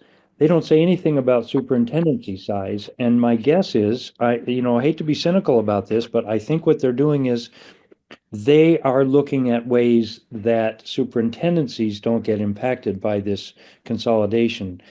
So I just have to disagree with the whole concept here that what they're saying, the stuff they're looking at in their proposal has more to do with districts, schools, and classes than it does with superintendencies. Dan, I think that's not really correct because they do understand that if there's less districts, there will be less superintendents. Yeah. I do know that. Forgive my cynicism here, Sue. I'll be quiet now. Thanks. Okay, Megan. Yeah, I think to that point, understanding your cynicism, Dan, I watched some of Chelsea's testimony, Chelsea with the VSA, and I'm pretty sure that this would lower the number of districts fairly significantly to, I think she said a range of 20 to 40 versus where we are today. And I don't know how many superintendents we have overall. So, and I did watch a lot of this testimony that Chelsea had. And, I just want to say, I thought that it was well thought out. And I know that she also worked with her superintendents on this directly. And a lot of these came from the people that work in schools directly. So I understand that perspective, and maybe I'm an outlier, but I'm generally supportive of her suggestions. Thank you, Megan. Mark? I just want to reiterate Mark Kaufman's point early on in our discussion that all of this should be backed up somehow with data that is specifically relevant to Vermont. I mean, we're just seeing bullet points, so maybe there are things that they can point to and say, it does make sense. These numbers are correct for what we do, but it would be great to have data supporting decisions rather than these seem like good numbers because they sound like good numbers. Thanks, Mark. And Neil? Mark's comment required me to rethink maybe a little bit of us. So I think in general, I am supportive of the recommendations that the VSA has here. I think though that unless I didn't see it later on, what we're missing is the funding piece of this and how it would tie in, right? Because I think we have to keep in mind, right, this community outrage over the property tax rate situation. We can't ignore that. This proposes some potential changes in governance and district and class sizes that might achieve some savings, some financial benefit, right? But to Mark's point, we don't know for certain, because maybe the modeling data just doesn't exist, or maybe because we just haven't done it yet. And then maybe the last thing I will say is, while it might be counter to some folks' beliefs because we're all school board members here, I do actually think that the real answer is somewhere in between what the governor has proposed and what we have right now. Like, I do know in my current district, we continue to have conversations about how we can fiddle with the governance structure so that we're not going to so many goddamn board meetings all the time, and that our superintendent isn't going to, 10+ meetings a month. Like, at a certain point, it's not really sustainable, yet we somehow have managed over the years to sustain it. It's painful. And I don't know that it really needs to be that way. And so I do actually think, from a governance perspective, with just my school board hat on, I think that there is some governance consolidation that does make sense. And this proposal kind of splits the difference, I think. Yep. Yeah. Thank you, Neil. And I hear Linda agrees with you. Barbara. Yes, I think we shouldn't allow the VSBA to be steamrolled into even taking a complete position on this, because first of all, everything is happening so quickly. They threw out, I didn't have a chance to read this that carefully. There's certainly some good things in what they suggest, but as someone mentioned, the bullets and the references are all on national statistics, not in Vermont. And I think we have to keep saying over and over again that the local school boards, the local communities have to have input on how we change our governance and our education system. Everybody acknowledges that we have to make changes, that we have to do some consolidation, that we will have to close some schools, that we will have to get a handle on spending, but we also have to get a handle on funding and where the money's going to come from. And I just think we ought to be very careful about agreeing or disagreeing, or they say the first person who, if someone comes up with an outrageous thing, which the governor has, he's got us all in the position of trying to react. And the starting point is something that's way over the top. And I don't want us to be sort of led by the nose. And I have this feeling that we are, because of the strategy. We have to think about our strategy, our overall strategy, more than I believe we are. I mean, that's my 2 cents. Thanks, Barbara. So Barbara, just to clarify, so you're not okay with this district size and governance, even if we just said establish the ideal district size, forget about 2,000 to 4,000, but the district size within district quality standards, right? No, I don't know if that's the ideal for every district. The Vermont, so right, I do not agree. I personally think we can't have a one size fits all for the whole state. It's a different, when you're in a rural community with tiny little towns all over the place, it's a different question than you are when you're in a place where, and like everybody here has a different story practically. And I just don't think we should be railroaded in having a one size fits all standard. That's my feeling. Thank you, Barbara. Mel? One thing that I really like about this is that it works within a structure that already exists. And if we want to kind of slow the timeline, or maybe build the timeline out a little bit, this might be a great first move. Because it's attainable and reachable. We already have the supervisory unions in place. To switch them to districts, while it may hurt, it will at least still preserve the local control, local understanding of the districts without uprooting an entire system. So I appreciate that. Thank you, Mel. Jim? Yeah, I'll also be one of the unpopular ones who says that actually I like what they're proposing. I like, I'll agree with Barbara that it isn't necessarily going to fit everybody, but at the same time, I think that it creates some standards that are going to, be focused on creating a little bit more efficiency in governance and ultimately in, the dollars we spend. I think that I totally understand, like, Mark's points and all on, and others on the research, but honestly, I think it is based upon, they bring up PICUS, which, I share Neil's distaste for PICUS, big time, but they cite, a decent amount of research, and there isn't going to be any research in Vermont because, unless we do, it would have been great if they had actually done what they were supposed to and track what the results of Act 46 were. Then they might actually have some data on whether there was any improvement from that or not.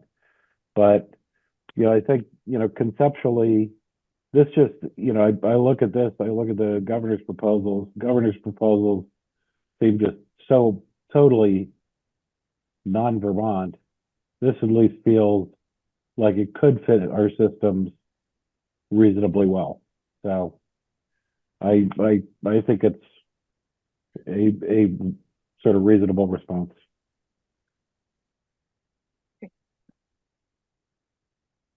Thank you, Jim. Gaston? Yeah, I guess I would have to respectfully disagree. In particular, looking at school size, here you got 300 students for elementary schools and 600 for secondary schools. So for our area to get to 300 students for the elementary school, that would mean consolidating 4 schools. So the question that I have then is, if you're not going to want students riding, especially your youngest students, I'm not talking about 5th graders or 6th graders, your youngest students, your pre-K, your kindergarteners, riding from Lowell to, I don't know, some place over on this side would be, 20 plus minutes on a school bus. Well, that might not be too bad for some people, but for others that's kind of far, especially on very cold mornings and, with some of the winter weather we have up here. So the question that I have is, if we're going to go with 300 students as the minimum for elementary schools and we have to meet it, then what do we expect it to do? Build new school so that we can house these 300 students? Where's that money coming from, and how is that supposed to save us money? So I really disagree with the way that you've set this up, in particular with what Barbara and everybody is saying. In a very rural part of the state, which we are, this number is rather difficult. Secondly, when I look at class size, it strikes me that there's nothing here about pre-K, and I know that pre-K gets left out of a lot of different figures, but the fact is we have to provide pre-K. So why aren't they in this list? That's the first thing. The second thing is it just strikes me as incredibly odd that, from grades 1 through 5, it's 15 students. And then all of a sudden, miraculously, from 6 to 12, now you're allowed 18 students. So what is the difference between a 5th and a 6th grade class where a teacher can teach 3 more students? Is it maturity?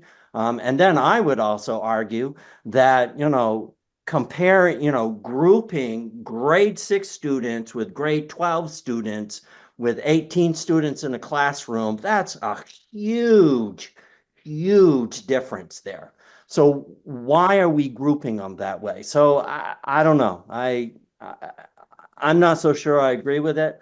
I can tell you that, the ideal district sizes of 2,000 to 4,000 students right now, the North Country Supervisory Union is somewhere around 1,600. So if you're looking at, geographically in a rural area, that's what we're talking about. It's pretty large, but certainly not as large as the 5 districts proposed. Over. Yeah, Gaston, there's some, go Oh, ahead, Sue. I'm sorry. For some reason, because I'm a co-host, I don't have a hand to raise, but I wanted to just make sure there was an understanding that there is a bullet that says allow exceptions for infrastructure constraints and Yeah. geographical necessity. Okay.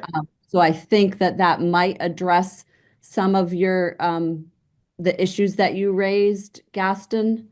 Yeah, it would. Thank you. Okay, The and then money, the yeah. other piece is, I don't think there was anything saying they were gonna put those grades 6 through 12 together in a classroom or anything like that. No.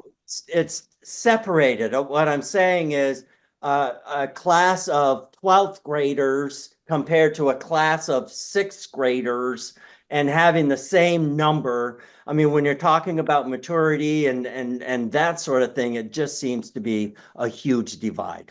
You know what I mean? Gaston, I can speak a little bit about that. And 18 is actually not the number. Is 18 is sort of the number that they came up right now to, which is most common in the state right now. But the 15 and 18 students is not, it's mostly so that there's a diversity of thought and you can group kids so that they have similar learning styles. It's not necessarily just for the teacher. So I just wanted to put that out there. I don't think that we want to dig our heels right on that one, particularly on class size, because that would give you some flexibility on the size of schools too. But Suzanne? So just very quickly, I like the class sizes until I got to the limit multi-age classrooms, because if you're talking 12 or 15 students in your kindergarten, between kindergarten and 5th grade, and then you want to be able to discuss any of the state mandated testing, if you have less than, so say if you have a grade 1, 2, you have 15 students in there, and you don't have enough to be able to publicly talk about their academic challenges on any of our state set tests. So if you have a class of 12 students, you can do it, but anything less than that, you can't, because then students on IEPs and 504s become identifiable.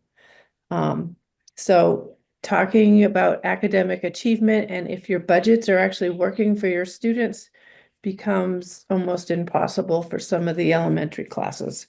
So I think we need to send that piece back to the working board and figure that piece out, but I don't mind the class sizes.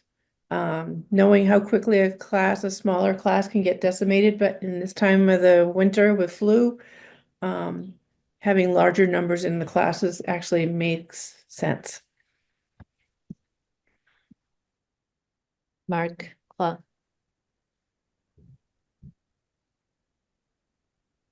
As I review this document, I want to throw this out as a question to the group, but I think one of the biggest issues I have in terms of this is the strength of the AOE and the State Board of Education. And, we can drill down to class sizes and stuff like that, but there has to be some sort of accountability measurement system that goes into place that we're guaranteed that the AOE has the resources in which to do this well.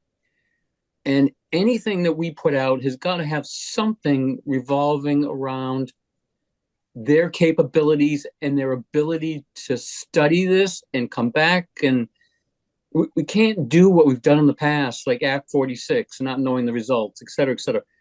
I just think a larger governance issue is who's going to be responsible and how are they going to do it? And they're going to have the resources, and is this going to be done well, or it's going to be a real disaster? And I guess that's it. Thank you, Mark. So are you in agreement or disagreement with this document? Would you be able to support it? I think it's a little light myself. I guess the first paragraph is okay, the governance and all that. I don't have any idea on class sizes or stuff like that, but they sound like Chittenden County numbers to me. I'm just, I don't know. Dan MacArthur. Yeah, so I guess I think that that our essentially signing on to this document is a little bit reactionary to what the governor and his and Zoe have proposed. And so I think that we should really be careful. I think we could say, okay, we're working on a working document, or we want to generate our own, or whatever. But for us to basically sign on to the first one that comes along as a reaction to what has come down from the governor and above would be imprudent. I think it would be a mistake. And a number of issues have been pointed out tonight relative to it, enough to make me say I would be not in support of saying would want to sign on to this document. Thank you, Dan. Linda?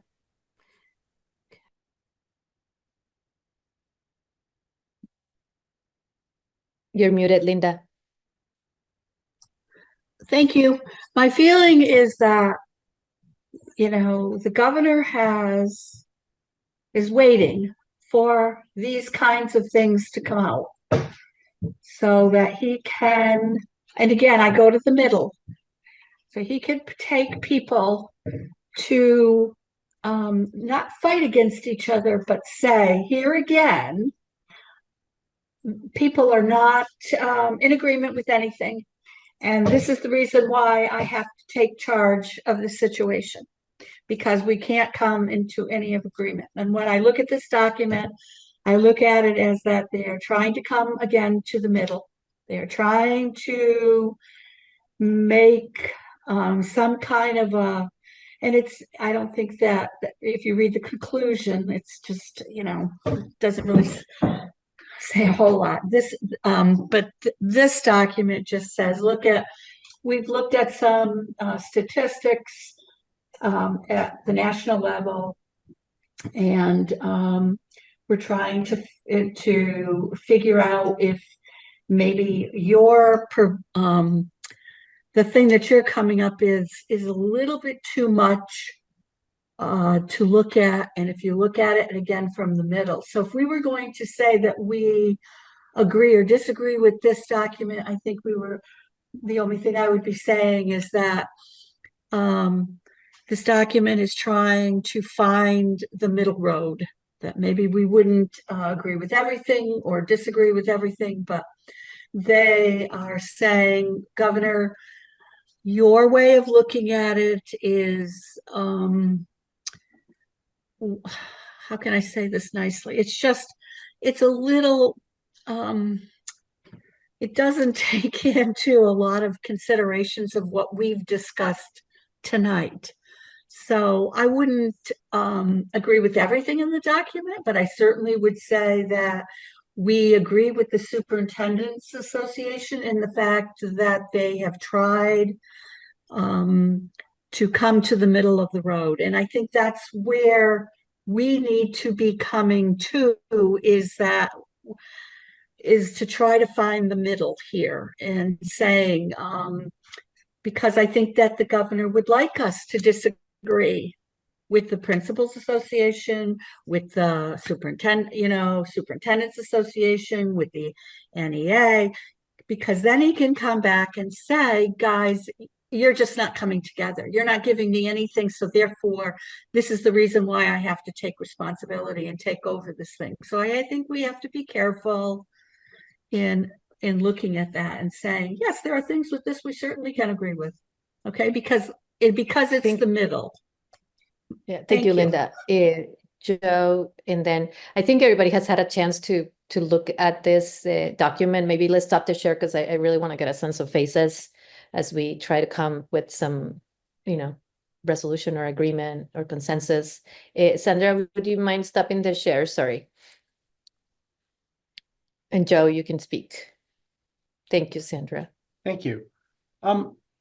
I was thinking, I don't 100% agree with the numbers in this document. I mean, for my district, we wouldn't get to the minimum size, combining everything we have. But I think that the conclusion kind of makes this more something I could get behind, in that, this is something that we do need to look at. I mean, we have a school with 12 students in it where the town refuses to close it, and so we run it. that's not sustainable. That's not proper. That's not even good for those children, in my opinion. But we don't have any guidance. We don't have anything we can point to. And because of the way the system is run right now, we can't do anything. We just are forced to continue to do this and say, but don't you think it would be better if? So I would support some sort of minimums and, with obviously exemptions for rurality and space, because I think we are the largest SU by geographical area. And so, but I think that this is a good reaction to the craziness of 5 districts. Thank you, Joe. Neil, and then there's a few of you, Laura, and a couple of Bart that I would love to hear how. Go ahead, Neil.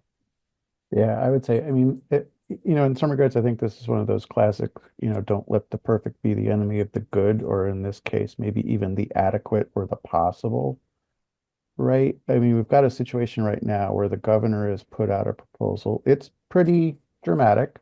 And I thought what I heard tonight from everybody on this meeting was not a whole lot of love for it. We go back and we take a look at the comments, right? There was not a whole lot in the strengths column that we all identified in that. We've got a situation right now, though, where bill language is going to need to get drafted and something is going to need to gain some traction, right, in order for the rest of this conversation to play out.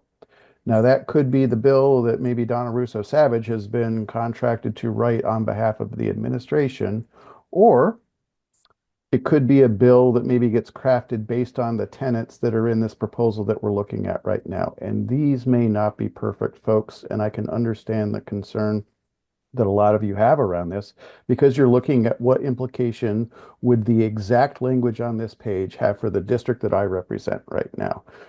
But the reality is that what starts out is not always what we end up with. And we need to, I think, get behind something to give it enough traction so that legislators start to discuss it, start to, work it as a bill and move forward. Because if we right now decide that we're not going to get behind something, then somebody else will. And they'll be the ones that then can begin to drive the conversation that's going to happen around education in Vermont, and we'll be left on the sidelines just being able to react. Thank you, Neil. Well said. Bart. All right. Yeah, I think just shooting this down and not considering it is probably a big mistake in my opinion. I think we probably have more in common with some of the other associations than we certainly do with the governor's proposal, and not trying to unify or at least maybe identify where we agree in principle with some of the recommendations would be a mistake, right? Like I understand, do we agree with the class size numbers exactly? No, but can we get behind the levers of district size and governance, class size or school sizes and class sizes? I mean, I think I can get behind those in principle, with maybe fleshing out a better framework for some of the exceptions, and what would be agreeable there. So I think this is a step in the right direction, in my opinion. And I think strategically it might be a miss if we don't look at, more broadly, where we might have some areas of agreement with the VSA, VPA, and even the NEA. Thanks. Thank you, Bart. Mark Cohen, and then I'm going to ask for a temperature check. Mark.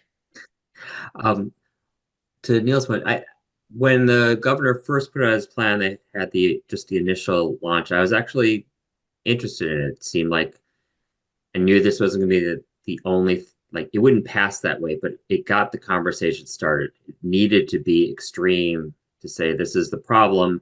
Here's a really big push.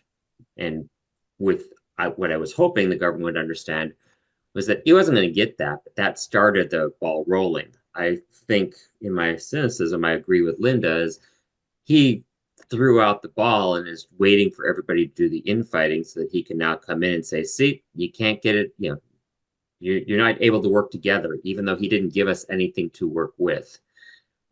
So I do agree we need to support each other.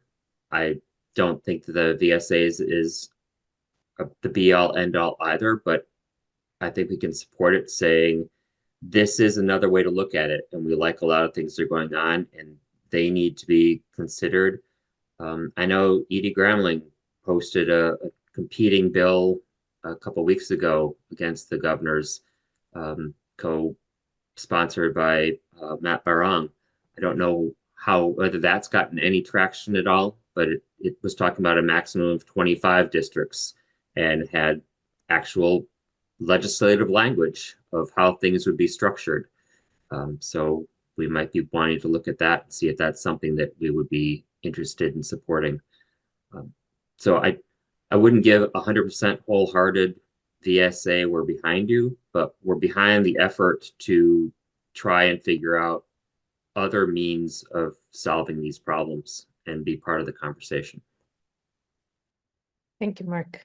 So what I'm wondering is if we could do sort of like an interest-based kind of thing, and thumbs up is that, you agree, thumbs down is you're okay with like this, with us proceeding and you're not in full agreement, but you're okay with us partnering with the other associations, and thumbs down is like you're in complete disagreement and you don't want us. Does that make sense, Sue? I'm looking at you like we didn't plan this, but I just like, just wanting to get a better sense of the board. I've been writing who said what, but I still, I think it would be helpful for us to create some consensus. Did that make sense? I bet my sense is a lot of you are familiar with that. Can you do the thumbs up again? Thumbs down? Thumbs and the up other is thing? you agree with, thumbs up is you agree with the plan, and what we mean is agree upon this stuff, bringing a solution forward. We can partner with the other associations. If you are in the middle, you're not in complete agreement with the plan, but you won't block it with us agreeing with the other associations. If you have your thumbs down, it's like you're not in support of it at all. Does that make sense? Did I confuse you? Okay, so thumbs up if you support the plan. See how many we have. 1, 2, 3, 4. I need help counting now. Everybody's moving. So I have 1, 2, 3, 4, 5, 6, 7, 8. Is that right? 8 with you, Floor, is what I got. 8. Okay, 8. Middle, would you not support it but won't block it? So we have 1, 2, 3, 4, 5. 1, 2, 3, 4, 5, 6. 6. And complete disagreement? 1. So I think we can carry on. Do we all agree?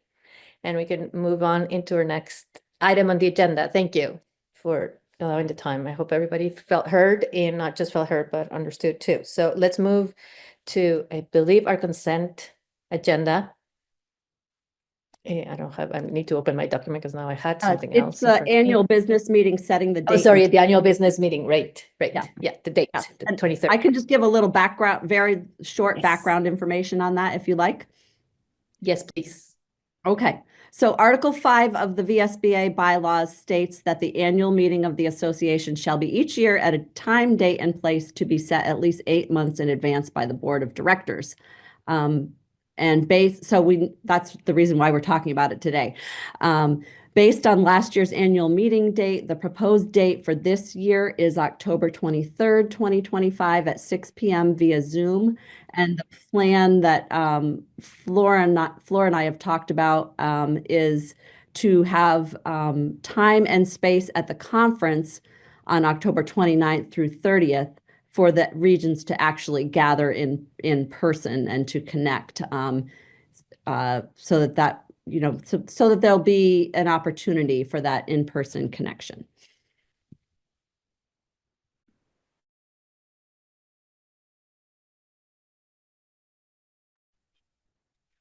So I We think need we to would be looking for a motion. motion. Yeah, I and was then, muted, sorry. yep, and we'd be looking for a motion, and then, of course, could be discussion. Yeah. I would move that format floor for 2025. Okay, so agreeing with October 23rd for our, okay, And I'll second it. I think it's a grand idea. Over. okay, great. So Mark, second by Gaston. Any more discussion or questions? Okay, all of those in favor, please signify by saying aye or thumbs up, whatever. Aye. Aye. Okay, any opposed? Any abstentions? I think the ayes have it. Okay, the next item on our agenda is the NSBA Equity and Advocacy Institute report. Mark, Sue, and myself were able to spend a few days in DC. I went a little earlier because we had our NSBA conference. The first day was NSBA leadership seminar for the state association officers, directors. Sue also served in a panel, hopefully it's somewhere in there. She was great. She served on, I'm gonna just read, and the panel was about driving organization success, leadership strategies for impact, along with executive director from Kansas School Boards, the past president of Kansas Association, the past president of the Massachusetts Association, and it was Steve Bailey was there too, who is the executive director for Maine School Boards Association. The NSBA and Advocacy Equity Institute was it was on the second day, and then the third day we had the Equity Institute, and a highlight for this at least for us is that we got to introduce Bernie Sanders as member of the board. I got as the national board, they gave me the privilege of introducing Bernie, and he was a huge hit. And it was sort of what we needed after the plane. You know, I arrived there on Wednesday, the day that the plane crashed. So there was a lot of angst and a lot of emotions the next day. And then Sue was delayed coming because the planes were, so we all adjusted, and the context in Vermont was a little crazy. So it was not as relaxing, but it was a great. Mark was his first time doing it, and Mark, if you have any comments, we had a little time, so we decided to share with you guys, but thank you for making that possible for us. And I think we did a lot of great connections with our with the legislators, and we learned a lot, and there was a lot going on federally. So we were not just there, with all the mandates and executive orders coming in. Their offices were extremely busy. And the other highlight that we had is that we had an intern for the day, which was Sue's son. Jack was awesome, and he's knowledgeable about EC, so he was able to walk us around. Sue and Mark, anything that I'm missing? And I would just add that Bernie was an absolute rock star. The place gave him a standing ovation, clapped for him through his whole speech talking about equity. And I just have to say, of all the states that were there, everybody is so concerned about DIE and DEI. It's just, we share a lot of the same values, which is really cool to see from other school boards. It was pretty rewarding, and I'm glad the fight's being fought.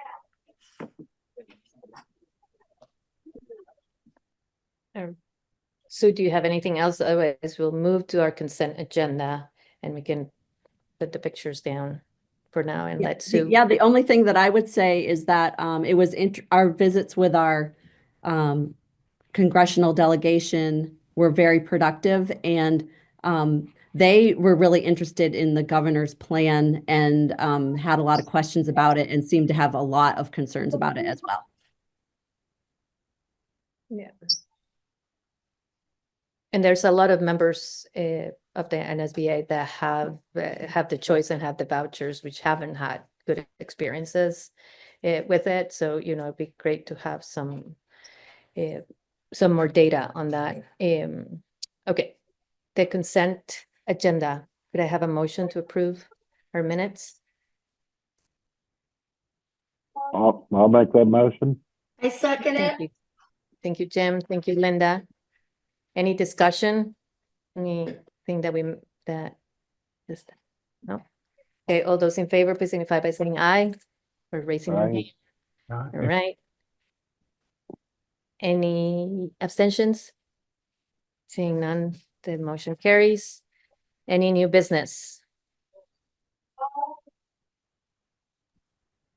Laura, I just wanted to say thank you to all the board members for, reading all of these links that I've been sending you and listening to the recordings. And it's a lot of work. And I'm really appreciative of you doing that because it allowed you to have this very important discussion tonight. So thank you. And the last part that I had here for the agenda is like, I don't know how we would all do all we do without Sue and Sandra and Debbie and David and Amy. It's, they're drinking from a fire hose right now. They're so busy doing superintendent evaluations. They're like, I don't even know how they keep it together. So just a huge thank you from us. They are appreciating us on this month, and we should be appreciating them because they make it possible. So thank you, all of you, on behalf of the board. We appreciate you. Thank you. Okay. All right. Unless there's something else, we magically were able to. Make a motion to adjourn. Thank you, Jim. Second Okay. that. Second by Linda. Okay, all Thanks, those in favor everybody. signify by leaving. Good Thank meeting. you. Thank you. Thank you all. Bye. Bye, everybody. Bye.